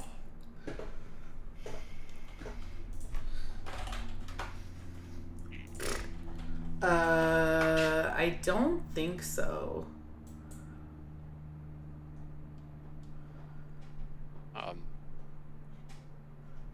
Okay, then with that, Orin will tell the party there's something about this sword. Oh, yes, Rana was going to ask about the sword because you gave it a funny look. It is Chekhoving up there pretty hard. What? Chekhov's sword, yes. Nice. The sword. So there are two things of note there on the northern end. There is a rack of various weapons, but they look simple. A spear is basically just a bit of wood with a metal tip. Axe that just has that metal haft. But the sword itself is on a soft cushion on a table all on its own. It has a blackened handle, wood that looks scarred by fire. The blade is chipped and shows sign of wear, bit of rust here and there, pock marks. Definitely not something that you would expect to have any sort of elevated or central position. No place of prominence. But nonetheless, it seems to be here on a cushion in some form of reverence.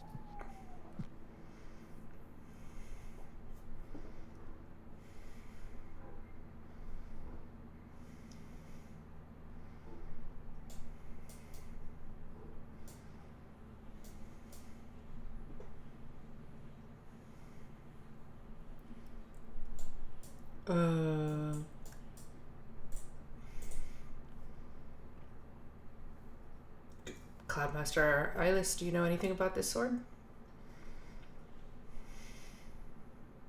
Sure, and make the NPCs do all the work. I don't know. I don't know either.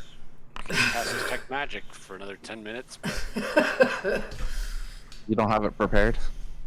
No. Oh my gosh. How would I prepare a ritual spell? I mean, what's the tech magic gonna get us? Yay or nay? It's not especially helpful. It doesn't really... Not identify. You could pick it up. Yeah, sure. Where's Kenai when you need him? He's Remember delivering that time packages you were- somewhere. Nice. Yeah. That's excellent right there. Remember that time Kenai looked at a sword and thought, I'm gonna pick Yeah. that up so the enemy can't get it. Yeah. And then promptly became the enemy. Dark Kenai. Right. That's a good time. Look at me. I am the enemy now. I was so scared.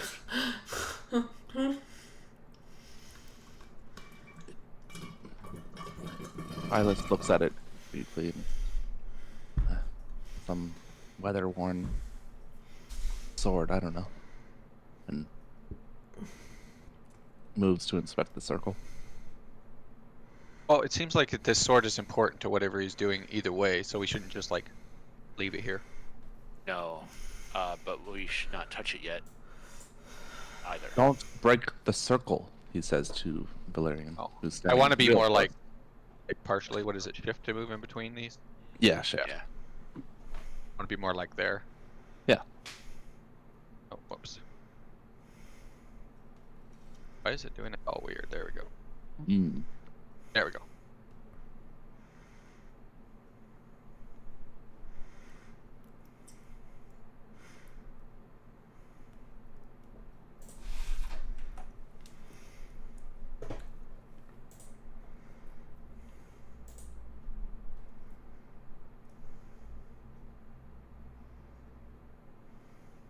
What are some things I can try with this sword?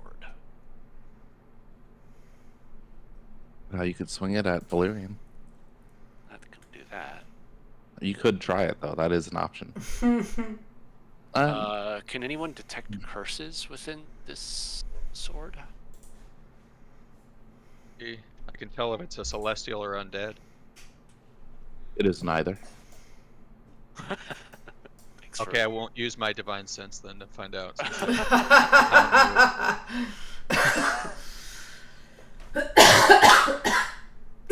You somehow divined that you don't need to use divine sense. Yes. I'm gonna use one of my divine senses for that though. For divining that. There we go. Okay, now you know for sure that I wasn't lying. So to determine the qualities of a magic item, you have a few options. You could long rest with it, attuning to it as you go. No, short rest also works. You could use Arcana and History. You could seek out, people that might know, and Identify. Identify as a spell? Yeah. Oh, okay. I don't have that one, but good to know. It's a ritual spell. You Yeah, might be useful to learn. Okay, so Orin will just see what he can discover about the sword without touching it by just like kind of inspecting it a little bit closer? Maybe an Arcana or history check. Yeah. Okay. Should I roll both of those? Yeah, one of each.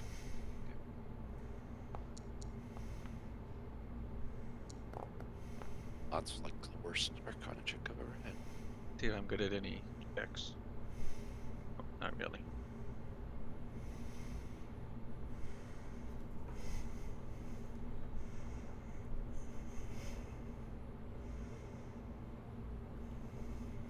I'm gonna use my inspiration to re-roll that Arcana. Okay. Fuck yeah. Ooh. That's the best inspiration that ever inspired. That's amazing. Yeah, it's really good. Well Too done. bad it was an Arcana check, right? Yeah, well, it's worth it.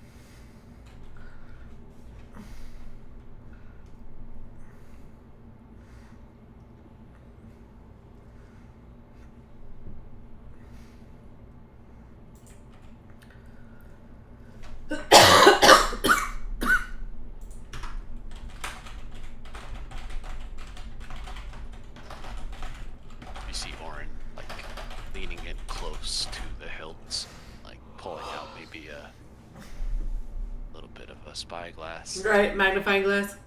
magnifying A glass. jeweler's loop.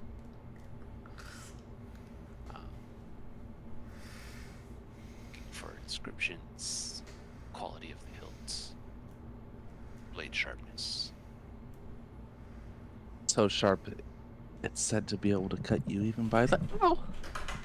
Ah. Just by looking at ow. Yeah. Oh, you know what I'm also gonna put on is these. Yeah, just because I have them. Nice. And so basically a jeweler's loop. Nice.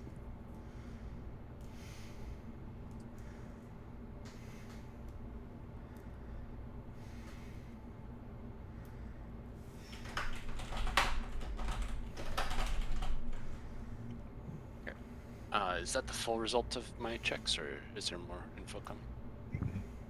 That's the full result. Okay. So after inspecting a little bit, Orin will speak up and say, the magic I'm detecting from this is somewhat divination, somewhat conjuration. I believe this is the Sword of Ages. It grants the wielder a semblance of control over chronomancy, and said to be cursed to force the wielder into a temporal paradox. So, Doctor Strange, first. What sort of temporal paradox? Twitches.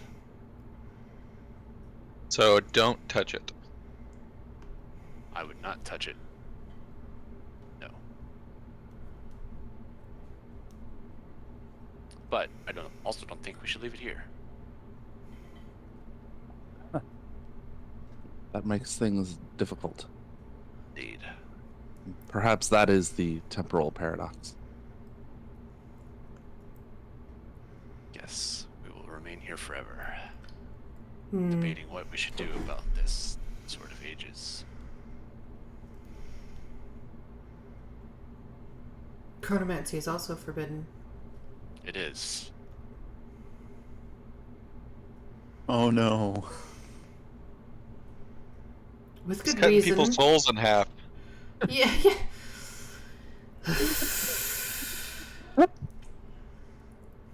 I think That's not as forbidden, actually. reading No a one- reading a That's all reading a above banned board. reading a banned book is not on his taboo list. Hmm. Fair point. Okay, well we should go find that priest guy. It seems like that's the key. Like we don't need to deal with the sword like this minute. If Theron comes back now, like we're here. Eyeless Does stands up and says, "The conjuration conjuration circle will summon Theron. When? I believe that the answers are on the altar there. Gestures to the sort of lectern type thing. But This one? I do not believe anyone should step upon it. Then who is coming here to summon Theron?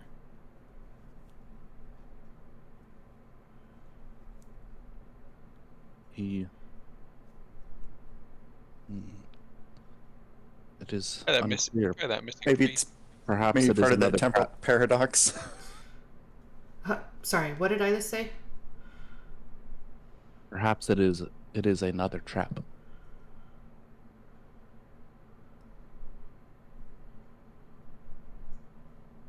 I don't want to. I don't wish to disturb the outer ring to inspect the inner. Ah. So it's almost an alarm. It seems that way, yes. Does this look disturbed? No. Section of the circle? Okay. Or does that look like just like the entryway? Yeah. All right. Okay. You guys wanted to fight him not at the font. There We- you go. Yeah. do this. No. I don't no. wish to fight him at all. Alice like runs out of the room. I also have no wish to fight him. We need to stop him, but that does not mean we need to fight him. Let's go find Padraig if we can. I believe the room will keep, particularly if Cloudmaster Eyeless locks it again. But wait, so is there a chance that Theron will return through this circle with us gone? Unlikely unless we disturb it, I would guess. Does seem to be the nature of the magic circle on the outermost ring. Ah, okay. Okay. I believe him. Are you telling me that, or are you asking me? Question mark. Is that an insight check or perception? Insight. Okay. Always insight. And what were the two books on the bookshelves you mentioned? Beyond the Bell and one of them. Yeah, I named a couple. Right. One was the Arcane Tomes and Tombs and Lost Knowledge of the Past. The other was the Beyond the Bell, Exploring Lies, Divine Sound. There are others, but those are the first two you saw. They're kind of clearly haven't been touched in quite some time, and may or may not be important. Well, right. I'm trying to think of what, if Rana's gonna have to try to retune the bell, then those two books sound like they might have knowledge of interest. So, but we should go find Padraig first. Does anyone have means of picking up this sword and bringing it with us? Yeah, that's what I was thinking about. Can I determine whether the surrounding cushion could be folded up around it? Yeah, it's a long sword, so it's quite a long cushion, and you could hold it underneath, and using your arms like bars. Do you not have Mage Hand? I do have Mage Hand. I just want to secure it in the best way possible. I was thinking I could wrap it in the cushion, tie it up or something like that, and then stick it in a bag of holding or something of that nature. Do you have a bag of holding? No. Do you? Yeah. I would not recommend that, Okay. just because a sword without a scabbard is likely to rupture the bag of holding. Oh, well. Really? It says it can be punctured from the inside, so yeah, putting just a sword in there is probably not a great idea. Huh. Doesn't sound very extra dimensional. Right? Indeed. That's what it says. If you overfill it or it gets ruptured. And a sword seems like a pretty strong way to rupture. Okay, a but if he band. wraps it in the cushion and ties it together, How cushiony is it? Like, is it an actual cushion or is it just like a pretty tablecloth? Okay, it's plush. All right. Yeah, it's not a tablecloth. It's an actual cushion. Okay. Then it's probably good. okay. Tie it up with some twine. Yeah, so we can Yeah, do that if you so- want to do bow that, on Orin. it. Gift wrap. Okay. Orin will cast Mage Hand and use the Mage Hand to carefully wrap the cushion around the sword. And use some twine with his real hands and tie it up nice and tight so that no part of the sword is exposed. As the spectral hand floats around, drawing the string around to try to cinch it up, there are ebbs and sort of wisps of the hand that draw inward toward the sword. Say that one more time, sorry. There are sort of swirls of magical energy which pull off of the hand and into the sword.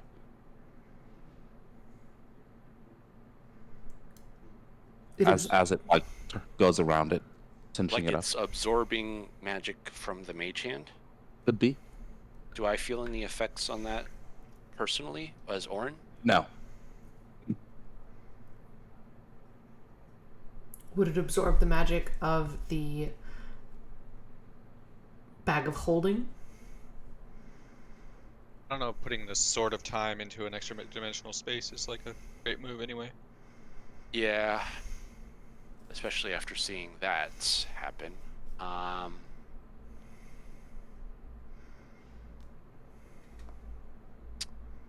Gosh. What else could I do? I think we should leave it for now. Can I hide it in can I hide it in a different dimension? What a bag of holding does. So I don't know if you're asking a different question than I'm I don't know. understanding. Plane Can you shift drop it it? into some other realm or I mean, you could always there- try. You Yeah, could, you but there's not really a great way to get it back. yeah. Okay. What did you say the Okay, sword was here's- called? Sword of Ages. Okay.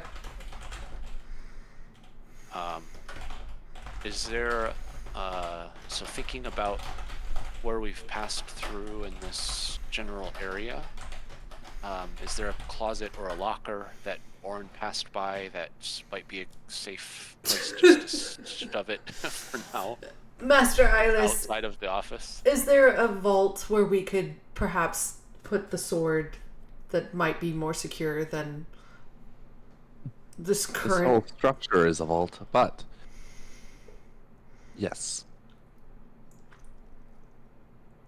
Great. Is that all right, Orin? Yeah, so Orin will my mage hand. personal quarters will suffice, I suppose. Yeah, so Orin will mage hand the sword, like lifting it up inside the bundle. Okay. The mage hand grasps the handle and lifts it, and as it's lifting it, the mage hand becomes less and less substantial until it completely evaporates and the sword Yeah.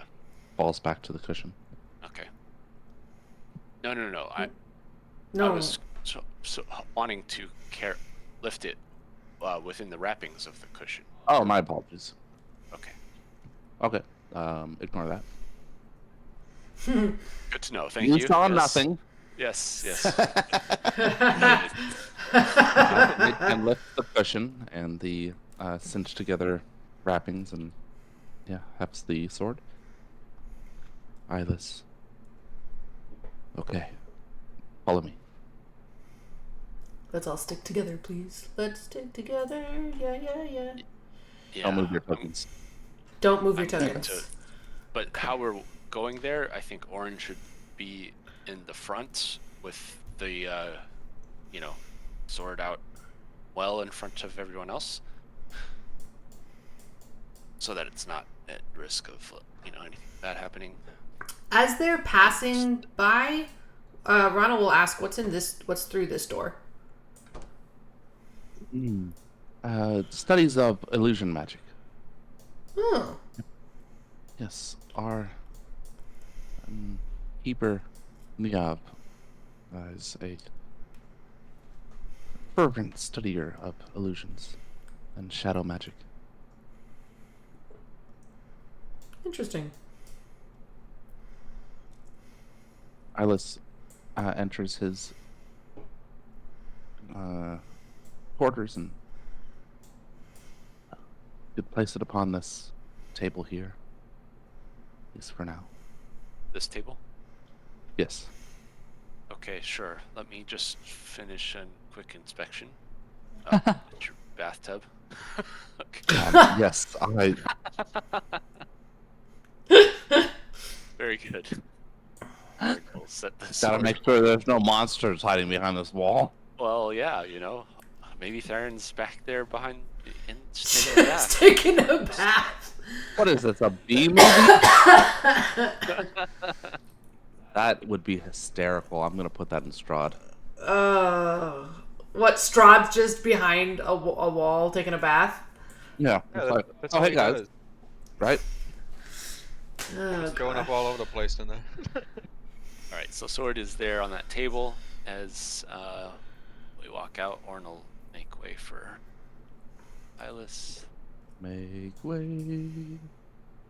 Actually, Orn will watch Ilis. Nice sword. Mhm. Well drawn. Beautiful artistry.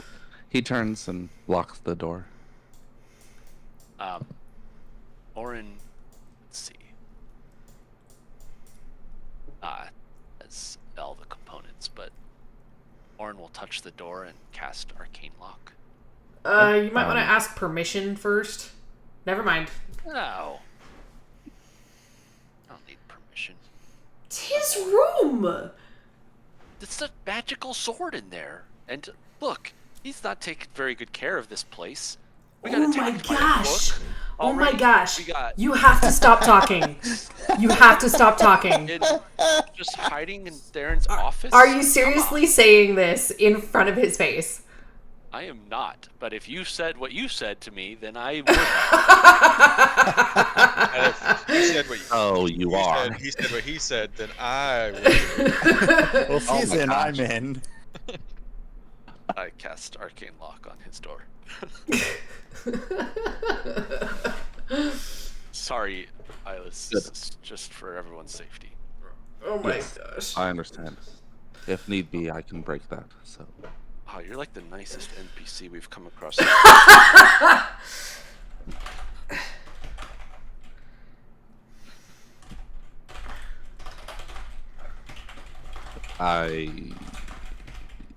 Sure. Why not? Is NPC. Yes, yes. Alright. I feel safe. And What are- ready for the next step. Go downstairs. Do you want us to walk or just gonna Yes, take us? please. Don't stand on my table. I'm not standing on your table. She totally just walked over the table. No, I'm. Whatever. Ah! Uh-oh. Oh, not too far. There's a rope divider which separates the room. Sorry, my screen is freaking out a little bit. My token is now blurry, and I can't move my token at all. That doesn't There we look go. correct. Oh, not too far. Sorry. I did not do that. That looks like you're. It doesn't look blurry at all. I'm looking at You your just screen on Twitch. it transported you to a different spot. Oh, It's- you are blurry. It's definitely blurry. What? On Twitch, it's not. Hey, lazy. What's going on? You descend, and there is these black streaks of lightning-esque sort of energy which shoot across from a gargoyle's mouth, and that area is cordoned off by rope. There is also a stack of crates and barrels which blocks side of the room. You can see a bit of a little bit past it. Can you see past it? I can't tell. It looks like there's a trapdoor. Trapdoor, yeah.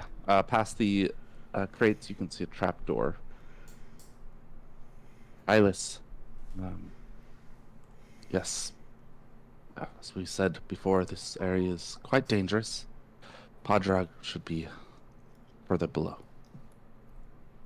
Which You shift some of the boxes to the side. And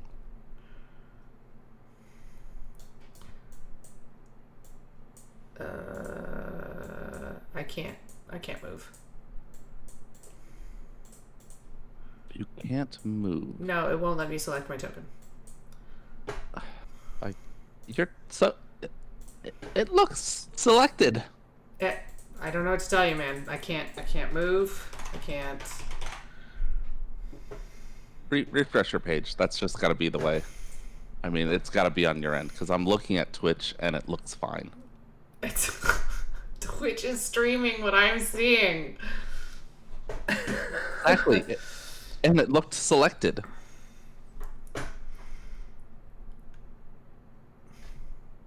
All right. The question is, can these people figure out? Okay. Now my token is colliding with things. There you go. Sounds like a personal problem. I don't know. Wow. It Okay. should just appear that she's colliding with things. Eyeless opens the trapdoor to a darkened area below. There's a ladder leading downward. There's a faint hum of maybe like a almost static discharge in the air. So what's with that black energy back there? Those look like scorch marks to me. No, not scorch mark. Like I said, black This? sort of lightning bolt energy shoots across the room from the gauntleted face on the wall. Oh. Oh. I'm kind of Yes, wanting an the- explanation. Yeah. Some of the higher mysteries that are kept in the vault are under extreme protection, shall we say. I don't suggest perusing the contents of the libraries down here. Okay. Are those doors over there or windows? Windows, yes. And outward from the window, you can see the remnants of old Landelud and how in the sort of Gresham River, which cuts a swath through the middle of it, many of the old trees, 20 feet thick, are they're gray and bark is sloughed off, cracked in the middle, leafless, the husks of what they once were.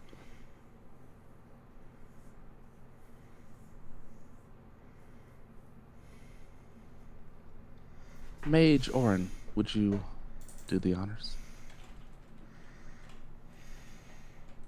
Of opening the trapdoor Going down.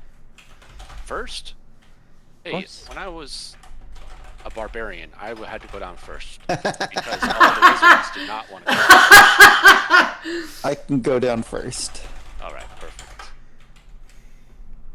Ellis descends the trapdoor, or the ladder. Ooh, I love this. He looks about the room, those that gather around. There's blood spatters on the floor. There's piano sounds which come from around the corner, but no player. On the far end here, there's a portal and a opaque swirling screen which goes from one arch to the other.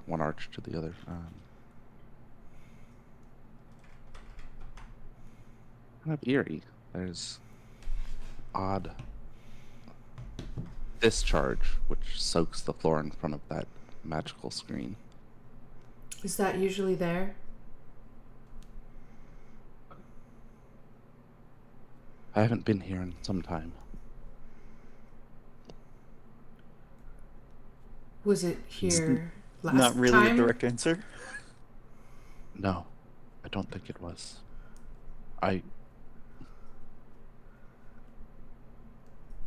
Sections of the vault are off limit for. There have been intrusions. Intrusions by whom?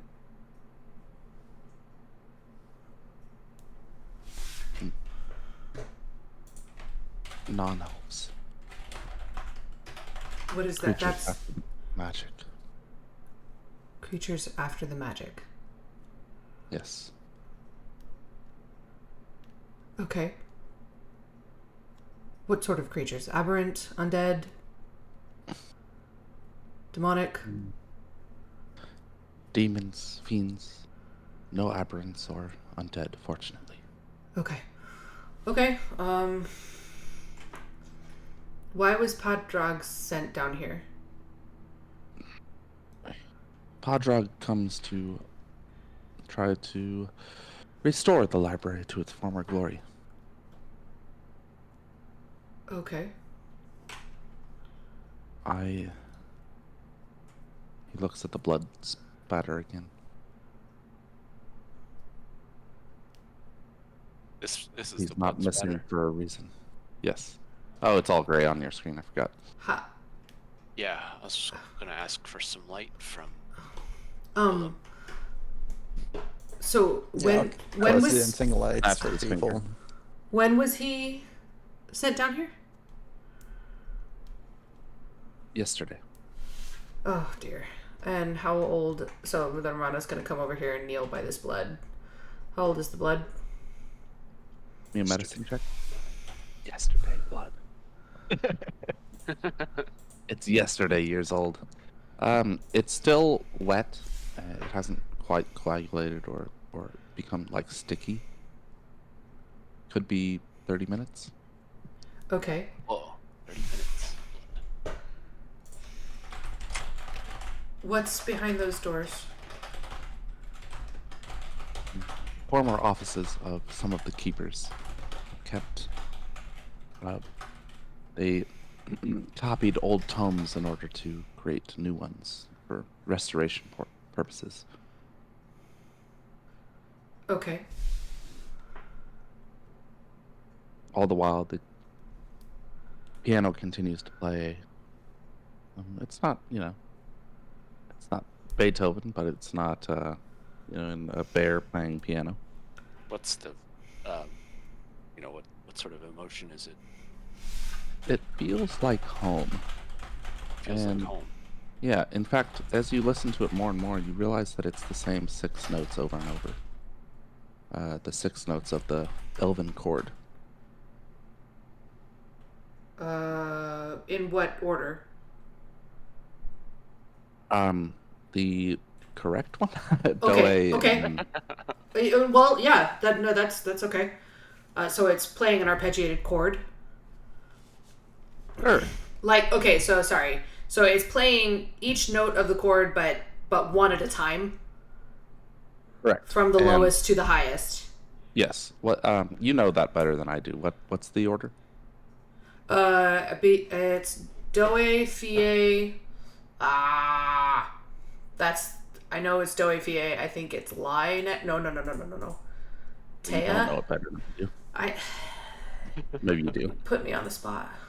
That's okay. They just let everyone be a bell keeper now, don't they? Don't even know the order. Wow.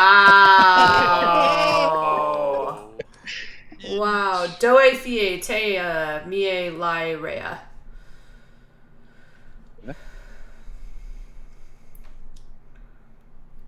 Do they all sound? Does it sound like it's in tune, or is it kind of honky tonk? It's. Give me a wisdom check, please, or perception.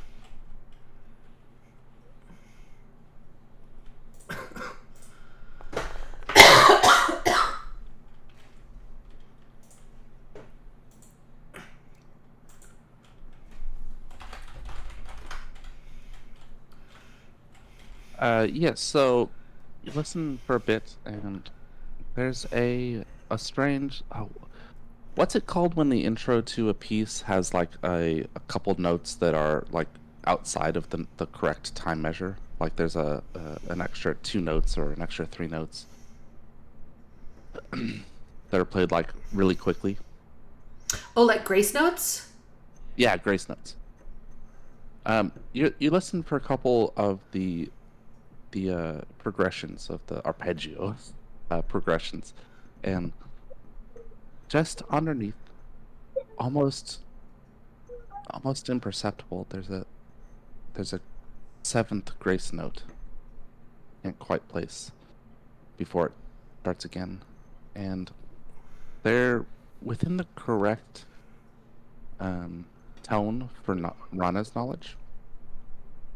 It doesn't have that altered sense that you get from the other Lysi.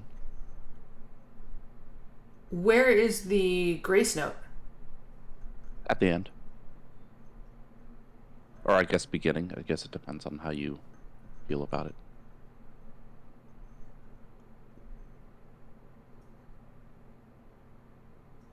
That's very odd. She's gonna look at the keyboard. Like she's gonna, sorry, I'll move closer and like stare at the keyboard and see if she can see the grace note. Wow, you're all blurry now. Oh, I can't move you. I think I'm experiencing the issue that you were experiencing. Give me No, an but investigation check. Sorry, a what? Investigation. Investigation. Oh man! I don't have any inspiration! Yeah, it's those 6 notes playing. That all these Can anybody else hear that? Here, wait. Try these. Or Right, these. enhance my eyes of minute seeing. What should be eyes of minute hearing? No, I'm looking. Look. I can hear, like, there's sort of a 7th note being played. Can anybody else hear that? Can I hear that? Make a perception check. Or give me a perception check. Yeah. Yeah. You also hear that 7th grace note that just sort of slides in right at the end before it restarts. Outside of the normal measure, that sort of quarter note for each of the 6, and then there's just this imperceptible 7th note right before it starts again. Is it higher than the last? It's higher, yeah. Okay, so it's not lower than Doe. It's higher than Rhea. Mhm. Okay, so now I'm gonna put on the glasses and look again, and just focus on the part of the keyboard that's higher than Rhea. Okay, give me an investigation with advantage. Yeah.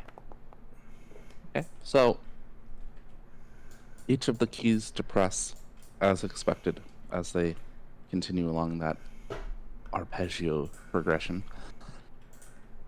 And then you look for the 7th and it doesn't show up. Ah! You wait again. And again you look and no key depresses. Phantom, it's almost like it you know it should be coming and nothing happens with the keys. But it's higher. It doesn't sound like it's an octave higher than, it's not just like an octave higher of any of the previous notes. So it's a completely different note. So what if Rana had to give her best guess, what would she think the note might be? Ooh, I mean, if we already went over the other notes, then probably something like so. Okay. Okay. Imagine. Can anybody detect magic on this thing? What's happening here? What's going on with this piano? Yeah. I'll first do an Arcana check on it, and then if we're not satisfied, I'll do the ritual for detect magic again. Yeah.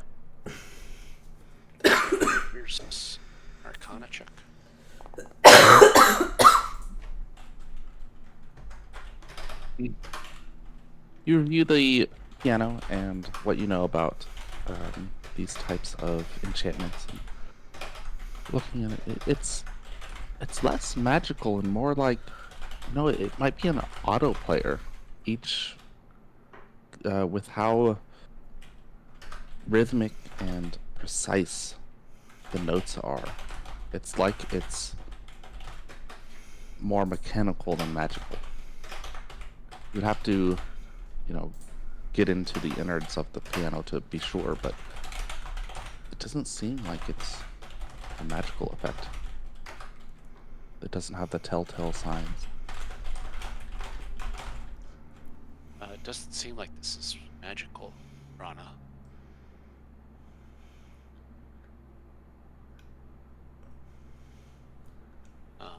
Why is it making this sound? Cloudmaster, do you know anything about this piano?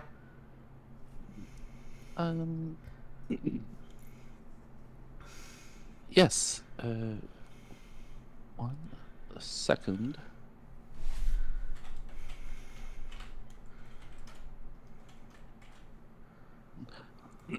It was a gift from a Rayacine bellkeeper, Fiban, of, I think he was 2 past? Yes. Did you do... What's his name? Uh-huh. Why does this surprise you? No, sorry, that was out of character. I know.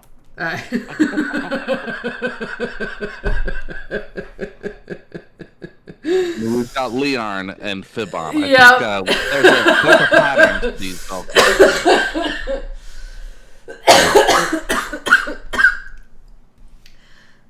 A Rayacine bellkeeper. Well, okay, I'll have to ask. Those people back at home.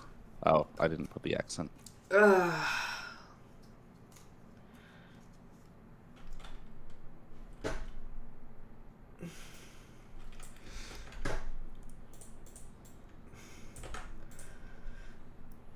Okay, I'll have to ask Bellkeeper Liarn about it. Not that she'll tell me anything.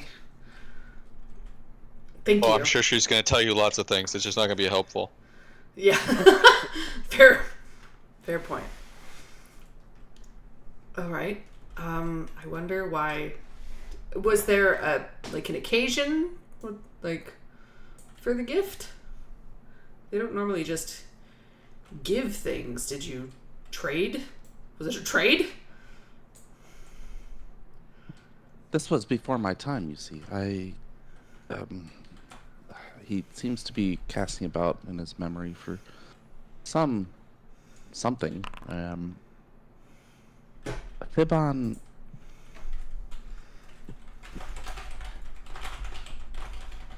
No, I don't remember. It was here when I was given the appointment.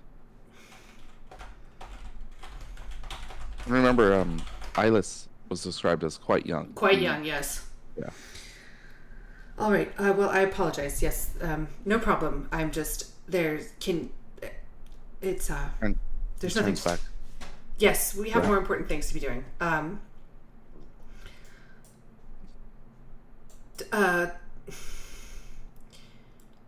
There's no blood over here, right? So it's not like he was trying to escape or drag himself. Right? Is there any... No. Give me a medicine check. I thought I noticed some right here. Is that just a trick of the light? That is a trick of the light. Okay. Speaking of which, I see a torch there that isn't giving off light for some reason.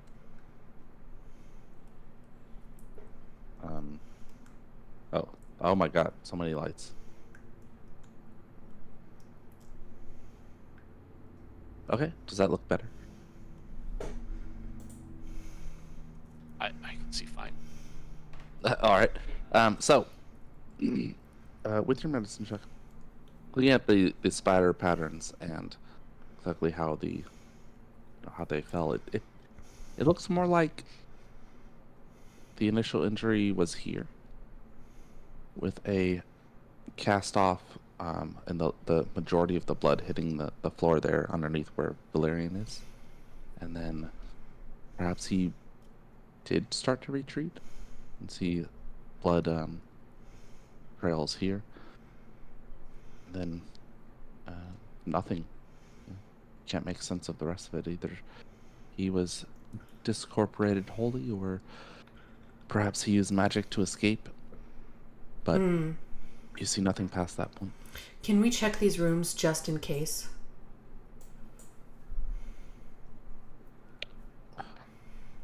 Cloudmaster Riley's Is there a nod. lid on this piano that I can lift? Just No. see the- Oh, Oh, like to see the strings? yeah. I thought you meant to like cover the keys. Yes. Can I lift the lid? Okay.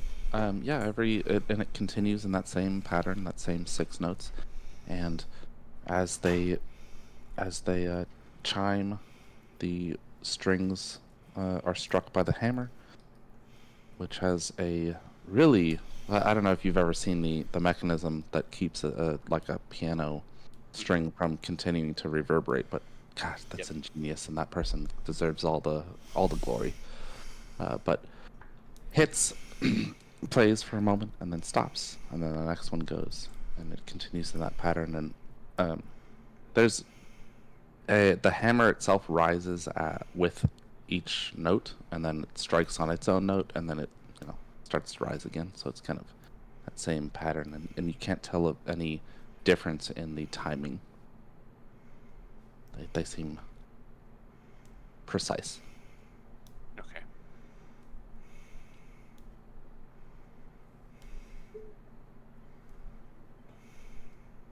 Arliss tries the door, but it's locked.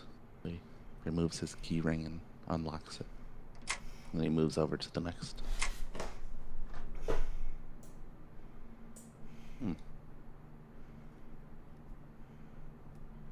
Again, just like Theron's bookcase, the desk here is covered with a thin sheen of dust. Okay. Just trying to confirm that there's no bodies. A similar story here. All right. Okay, is there any way to tell where this portal goes?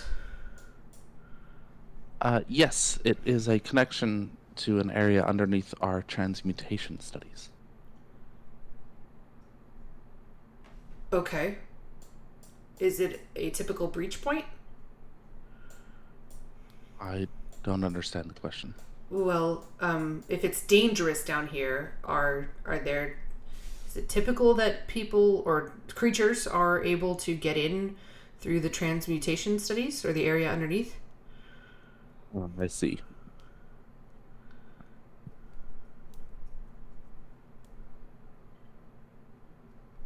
Yes. Okay. All right. Well, then, shall we? Valerian, do you want to go first? Or... Uh-oh. No. It's fine. I just realized nothing. No. It's all good. Everyone's fine. Or Ilum. Don't be silly. Who wants to go first? Oh, it's still paused, so But you can talk about it. it's true. I don't care. I can go first. Okay. We're going just through send the this- portal? We'll send This the portal, right? spellcaster first. Who has the lowest AC and the fewest hit points? That should be the first person to go. I'm not going first. AC's pretty low. Low. Is it? I don't believe you. 19? Gosh, that's so high. I have It's so 19 as low. well. I haven't made That someone with is- a 19. I had like 10 characters, all were 22 plus. Some of which were like 26. Crazy. But I'll go first. It's all good. Okay. Saves are the dangerous thing right now, anyways, not AC. That's true. Can I just recap here? We're going through this portal. Yes. Okay, cool. Good recap. You step through, and Oh, can... feet crunch on broken glass, Nearest you, you can see a smattering of broken vials and flasks. They have the smallest residue of what may have been magical potions at one point. Fallen rocks from the ceiling litter the ground. It's some of which are so large they block your vision. Bits of reinforcing, like metal rods in them. Rebarb, that's the word. It's cold in here, and you feel something sapping at your sort of that internal connection with your what's your pact again? A blade? With your blade, pulling out the magical energies of the prepared spell knowledge that you have. You stand there kind of shivering in that odd sensation. A elf steps out from behind a rock. Skin blue, hair stark white, eyes pupilless white orbs. Stares you down. There's drips of saliva coming off of pointed teeth. And it charges you. Initiative. Oh, at 440. Oh my gosh. We can do a round or 2 or 3. Oh my gosh. Whoa, new sound. Someone got a 20. Someone got the good one or the bad one. That was a bad one. Someone got a 1. Yep. Who's moving me? No one. Rana. Valerian steps through the portal and something in your spidey sense goes, oh no! Suddenly you can only make like 3 seconds worth of actions at a time. Well, Rana was planning on following him, so... To the deep. Want both of us sharing? I guess you can make a full action. Oh, there's light in here? It's scarier when you can see the color, I think. Yeah. Yeah. Yeah, it's pretty scary looking. Does this fit the description for those sound vampires? Yes. Ah!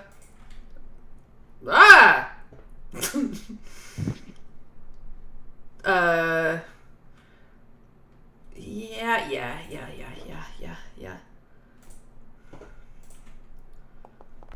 Pretty great row. That hits. I wanna stand like here to do that or something. And then I'd guess a D4 of thunder. Oh, what did that weird thing again? Here it goes. The arrow hits the creature and this piercing hiss escapes from the wound rather than blood. Oh. Piercing hiss. Like a whistle? Mm-hmm. Ooh, Not unlike, yeah. that sounds unpleasant.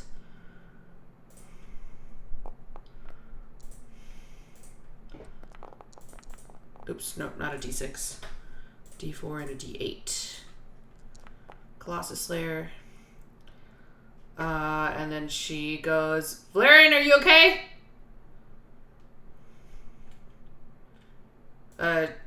You're standing on him. Oh, I am? Yes. Oh, That's why I I thought, asked if maybe you wanted to move here. oh, I couldn't see him, like, at all. So Yeah, I I know, guess, I know. yeah, like, she would have moved to be and instead of saying, Valerian, are you okay? She'd be like, I'll go get the others. And then she's going to duck. Be like, Back through the portal. there's a vampire thing. It's one of the Abertatches. I was going to move to this corner So if you wouldn't mind. Thank you. Through the portal. Eyeless is surprised.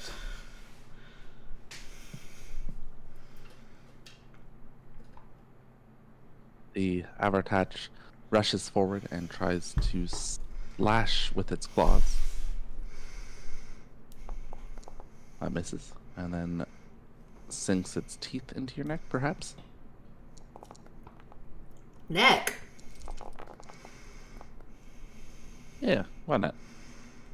It's a magic vampire. Yeah. 26? 26 hits, right? So, Yeah, 26 damage also. Guess then the question Yeah. is, where is the center of magic? I think it's in the neck.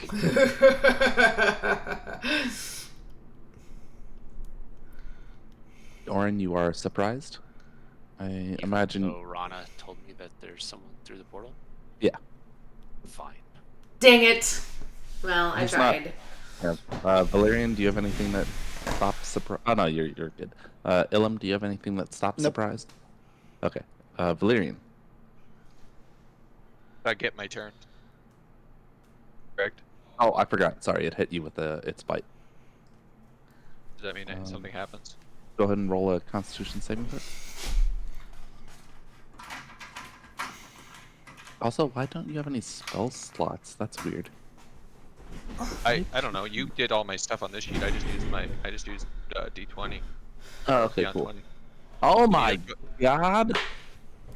You save. I assumed. I don't want to anticipate failing most saves ever. What's your con save? Notes.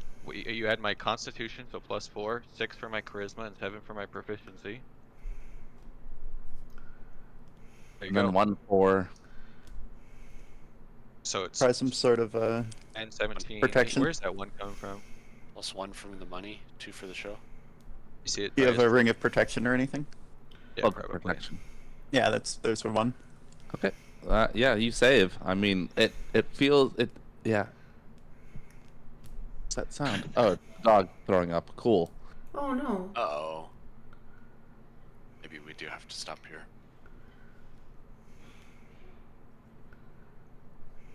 Ugh. Fucking gross, Sage. Did you want me to Is eat some that of a my lot? spell slots? No. So as it sinks its teeth into you, you feel it trying to absorb some of the magical energies, but you are too hardy. Oh, that looks like Yeah. the kebab treat from earlier. Oh no, that I don't know that. I'll look at it in a second. It is your go. Okay, I will use then it's my curse. The bonus action to do my curse on her. Blade curse. And then I'll use my action to cast.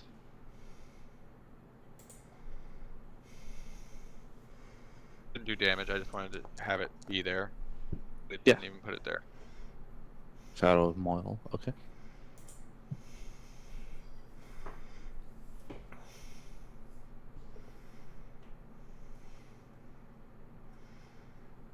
I didn't even describe it. Oh, can you click on it to describe it? Yes.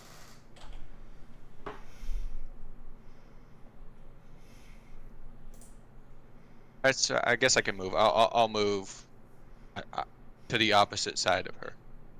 Okay. Also. You say her, but Yeah, it there's- looks like a her. I know, but that's just the token. Oh, okay. There's a lack of feminine features. Say her. It's not necessarily masculine, but kind of Neutral. probably a kind of androgynous leaning towards masculine. Okay. Instead of saying her, I'll say that whole thing. Sure. Go to the The other side of androgynous the- leaning androgynous toward leaning masculine. masculine figure. Yeah, that's fine if you want, sir. Sure, why not? That's. Oh, I guess I don't know that I had my sword out. I guess I could use my interact to do that. I assume it was though. True. Yeah, that's fine. Is that it? Do you have anything else? Bonus action. If I have more actions, I'll use them. But Okay, so Ilum, do you have anything? You said no, so top of the round, Rana. Mm-hmm.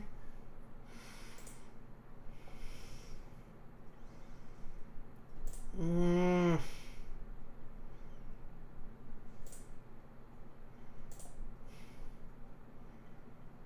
Ugh. All right. Rana just kind of looks around and everybody goes, "What? What the? Kay? He's in there." And they go, "Oh no!" oh yeah, you didn't know what was happening. You knew it was in there. I didn't know where he'd end up. I understand. Oh, now I don't know what to do. Walk back through the portal. It'll be funny. Uh-huh. Like the danger or the evil is vanquished, and then leave. Hilarious. Yeah. 10-foot radius. Let's see. Well, if you leave, she'll Like- probably get to swipe at you. Right. That is my Oh, concern. Roger is leaning towards me. All right. Well, I'm still gonna try. I'm gonna try to run this way.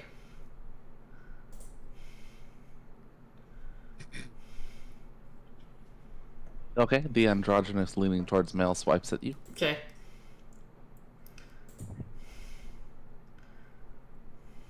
Yeah, that hits. Hitting for 25 points of damage, Oh 12 my of which is gosh. necrotic. Oh wait, As so it- I'm resistant to necrotic. Okay, so 19 damage. As it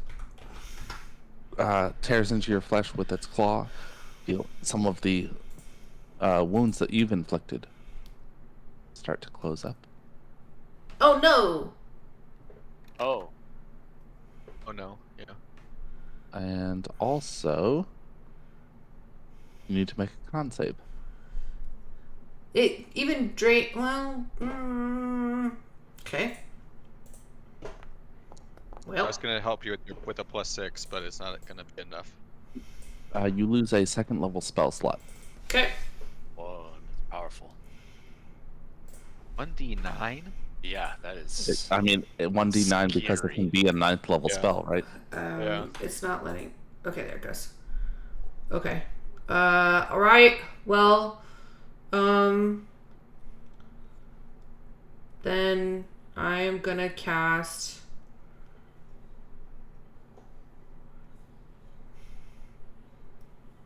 Yeah, Flame Strike. Dex save. Is it a dex save? Yeah, it's a dex save.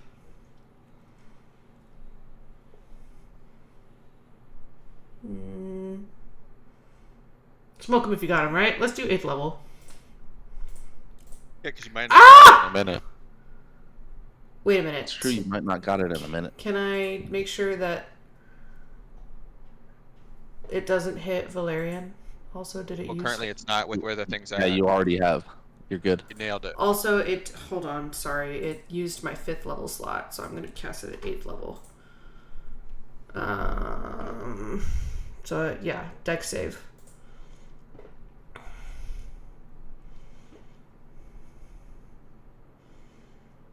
Okay. It saves. Okay.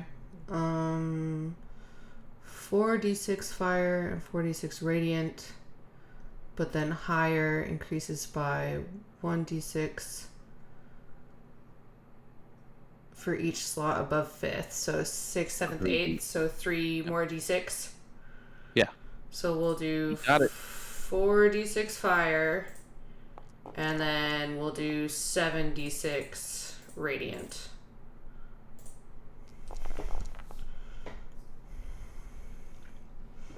The flames and radiance wrap around it, burning the area. It shies away from it, but its flesh ripples and burns away. Let's see, 6 and 14 is 20.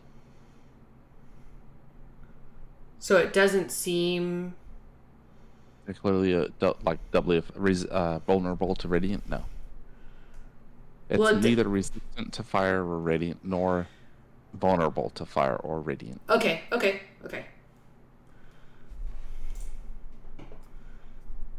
Ellis backs up,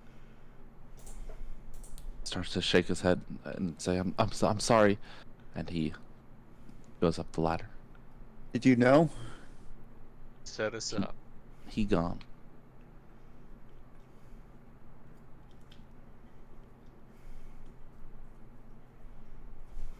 Dash, dash, dash.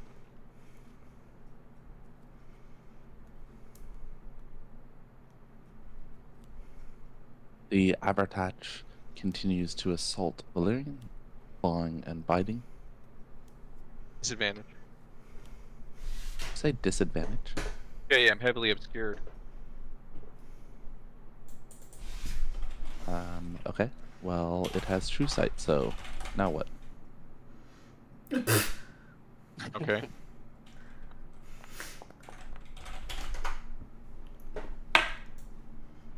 Okay. It tears past your armor and into your flesh, dealing 17 damage, of which 7 is necrotic, and it regains that same 7. I need a con save.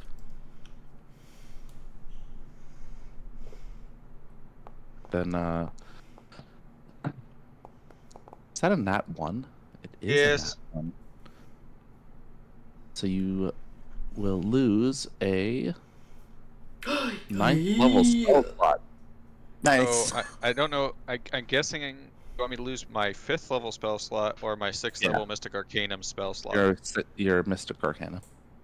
It then tries to bite into you, which hits on a 29. Dealing 23 points of damage. What is it? Slash? Oh, 10 of which is necrotic. Regaining that same health as its flesh knits together. And I need another on save. Nope, that's not the right one. Okay. Damn, this thing is wild. Everyone Two- chose 2s. Still succeeds. Orin. Oh, boy. Rana had run in and said that there's. Did you say there was an Abertach? Yeah. Abertach, and then ran back into the portal. Ellis, Yeah. Eyeless, retreated and then said he was sorry, ran up the ladder, and yeah, the magical screen continues to sort of swirl in that opaque fashion. What do you do? I charge straight in. Okay. You're gonna have to make a sort of a knight move, 2 forward and 1 to the side. Ha. Yes, as a knight would. Give me 1 second.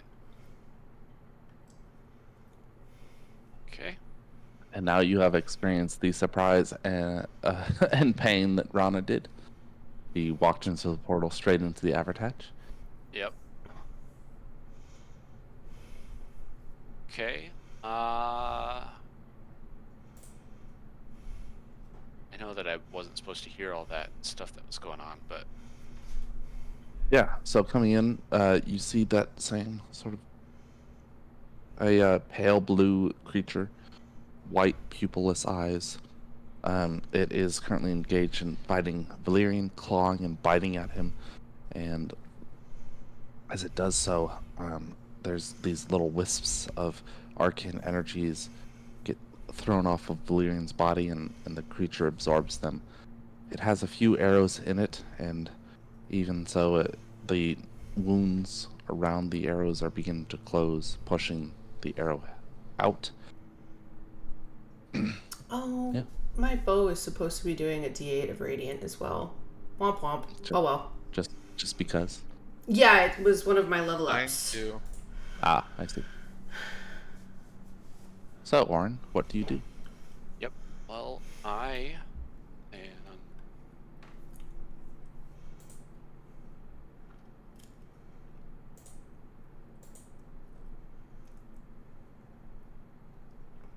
going to. I had it, lost it. Oh no. Jeez. Okay. I had a spell and lost it too. Yeah. Would it help for the creature to use a legendary action? No. Oh, okay. A lair action. I'm gonna cast.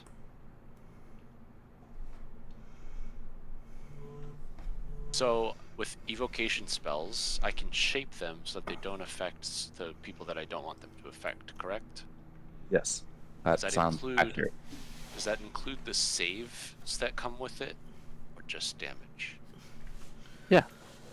What we'll do then is cast Sunburst.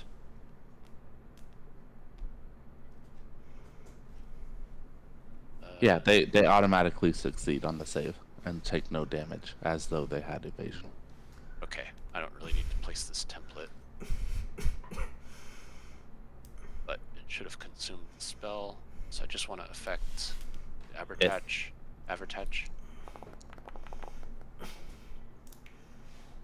Okay. the burst. Okay, yeah. So this vibrant, blinding light fills the room. The Avertouch, its pupilless eyes, it kind of just stares at it and just feels the warmth of it. Not an undead. It just takes it. Roll damage.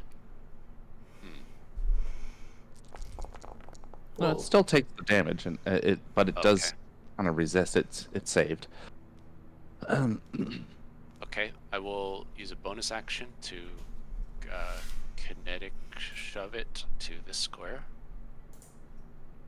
That's a strength save. It's from.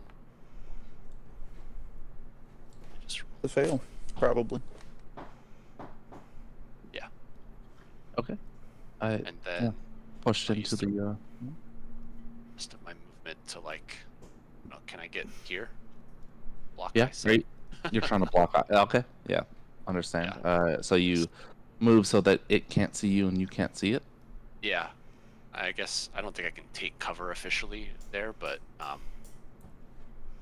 because I used my bonus action. Is that a bonus action? Yeah. The telekinetic shove. Yeah.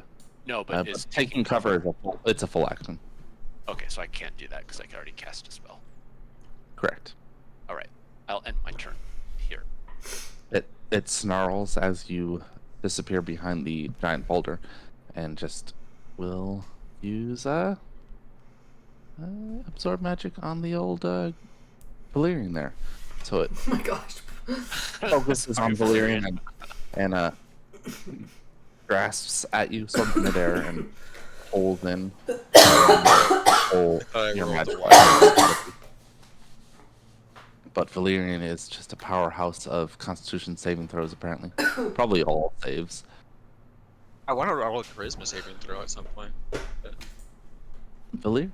I can arrange for that. So, do I have advantage attacks because of my heavy concealment, or does he say?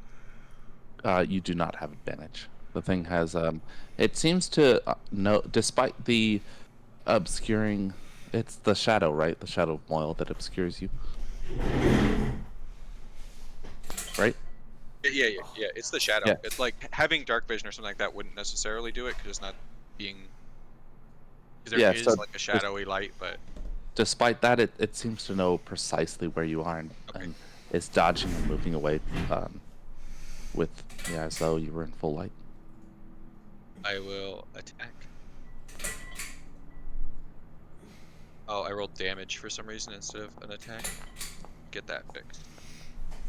Optimistic. Yeah. Well earned. That hits. That same sort of piercing whistle sounds out. And I'll throw out another. Oh, it's +7 damage because the curse. Okay. The second one, rolling a 2. Yeah, able to just block the sword with its bare skin and deflect it downward.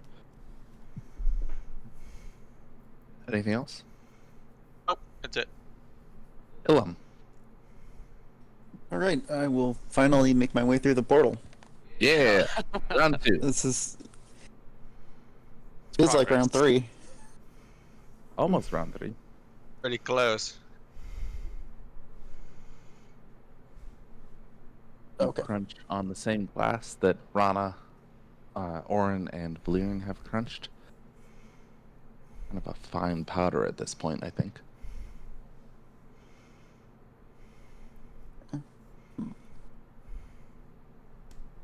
Really have any great offensive spells prepped, but I will. Can you not reach it this turn? Yeah, I can. I will use Valve Enmity. Okay. On up and attack.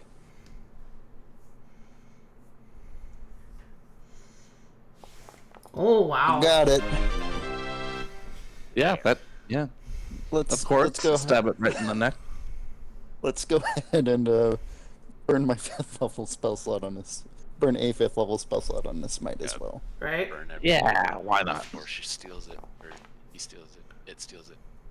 The androgynous but leaning towards the masculine thing steals it. Correct. Does this count as undead? No. Okay.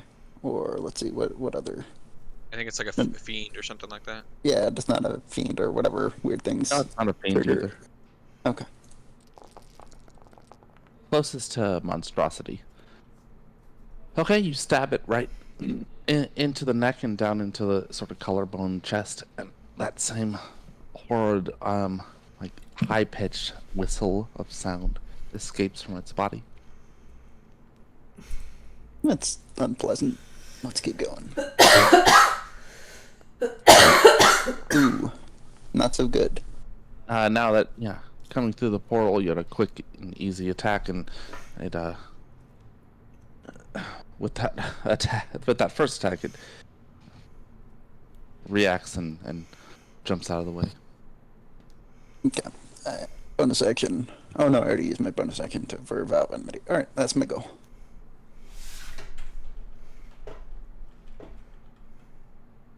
Okay. At the end of your turn, it bursts into a high-pitched whine and moves away. Does it provoke attacks of opportunity doing so? It does not. It, Even if I have Sentinel? yeah, it's a legendary action. If I have Legendary Sentinel? That's not a thing. Oh. Rana.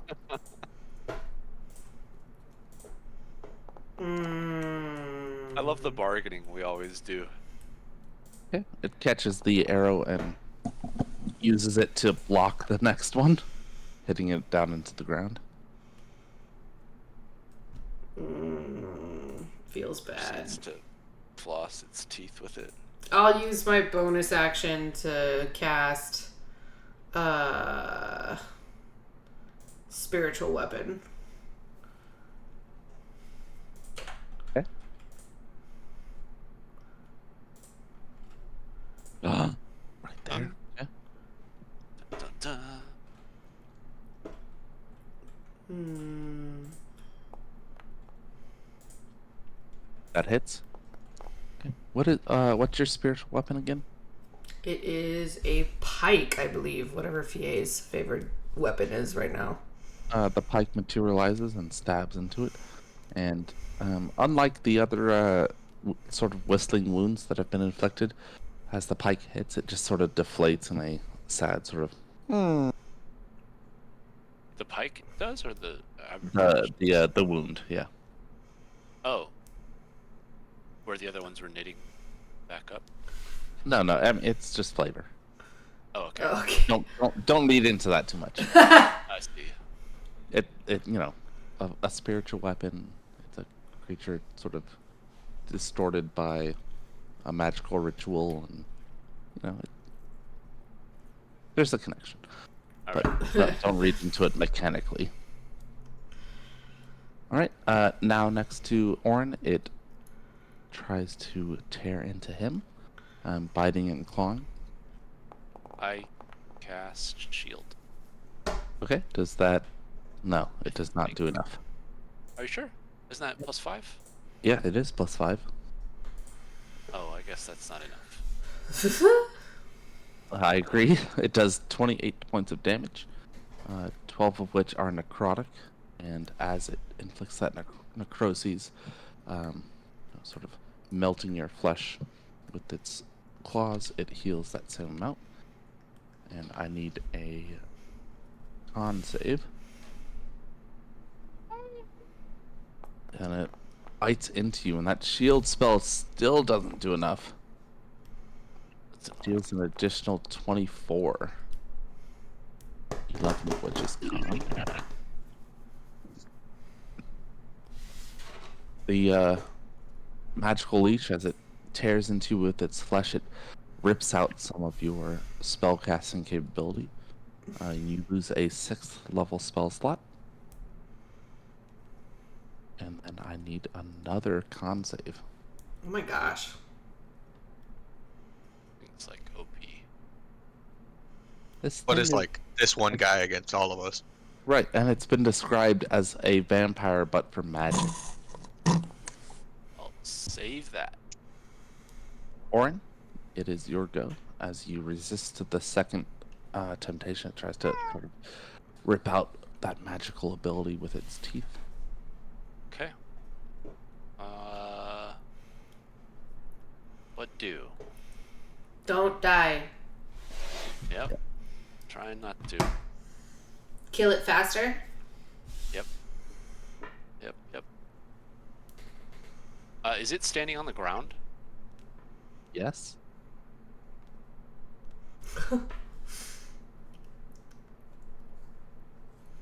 Hold on, where's that spell? What, stone to mud? Yeah, the stone to mud spell. Transmute rock. 5th level. Thank you. What's the save for that? 23. But Oh, the Dex. kind of save. Yeah, Dex. Yeah. It's saving Dex, hasn't it? Saving Has it- most things. Yeah. I want to try this just to see if the damage sticks. So we're gonna do a Mind Sliver. And how the save goes. It does not save as the cricket with that sort of needle of magical energy. Okay. Does that scale with my level too, or no? It looks like it does. Yeah. Yeah. 46. Yeah. It's a cantrip. So what did I roll already? 4d. Oh, so Yeah. Roll a d8 or sorry, d4. a d4. Yeah. So it has a -3 on its next saving throw. Oh yeah, nice. Okay, cool. And then, well, gosh, I'm gonna have to use it already, but I'm gonna shove it back 5 feet, so back to as far as I can that way. With telekinetic shove again. Okay. It sort of grabs onto stalagmites and loose rocks, but despite that, it still are able to overpower and breaks off the stalactite as it gets pushed into the wall. Okay, and I'll take advantage of that and run this way, blocking line of sights. I don't think it'll see me do this, but I'll go back through the portal. Okay. End my turn. All right. Rana hasn't cast any spells, right? I cast Flame Strike. Oh, that's right. Okay, so it turns on Rana and tries to absorb some of her spell casting ability. From across the room? I don't know what to tell you, about 60 feet, but Oh, it's less than how far you are away from it. yeah.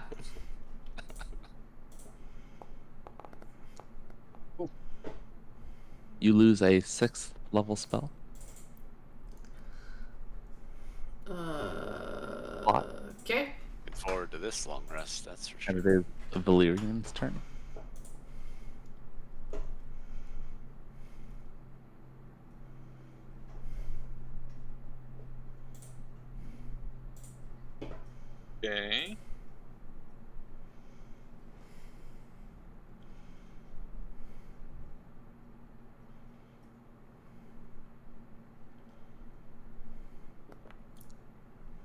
Yeah, that hits. Okay, so you ram the great sword into its body.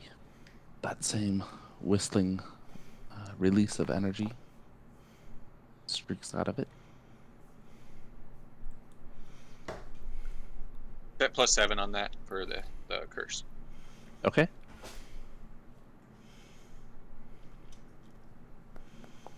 So weird. That What? that hits as well. Oh, I'm just looking at the token and how the light only covers part of it. Oh yeah, it is weird. And it's like the Oh, left border or. Yeah. Did I roll on that last one? Oh my gosh. Okay. So two quick slashes and same that sort of horrible whistling, piercing sound.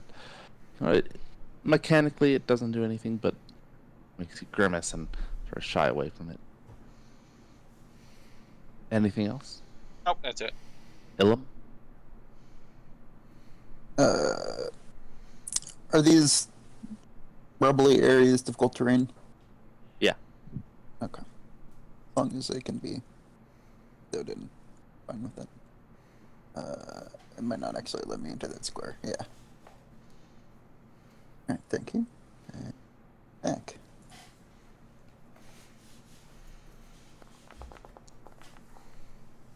Okay, that hits.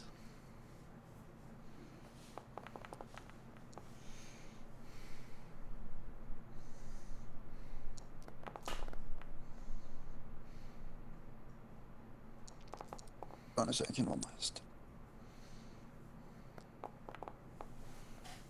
Go ahead and throw a smite on that first level.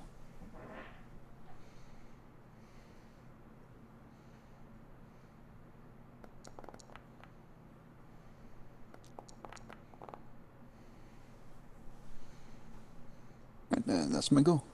Okay, so you run forward, slashing with the short sword, cutting and just faster than the eye can see. The sword becoming a blur, and it divine energy and adhering to that last one.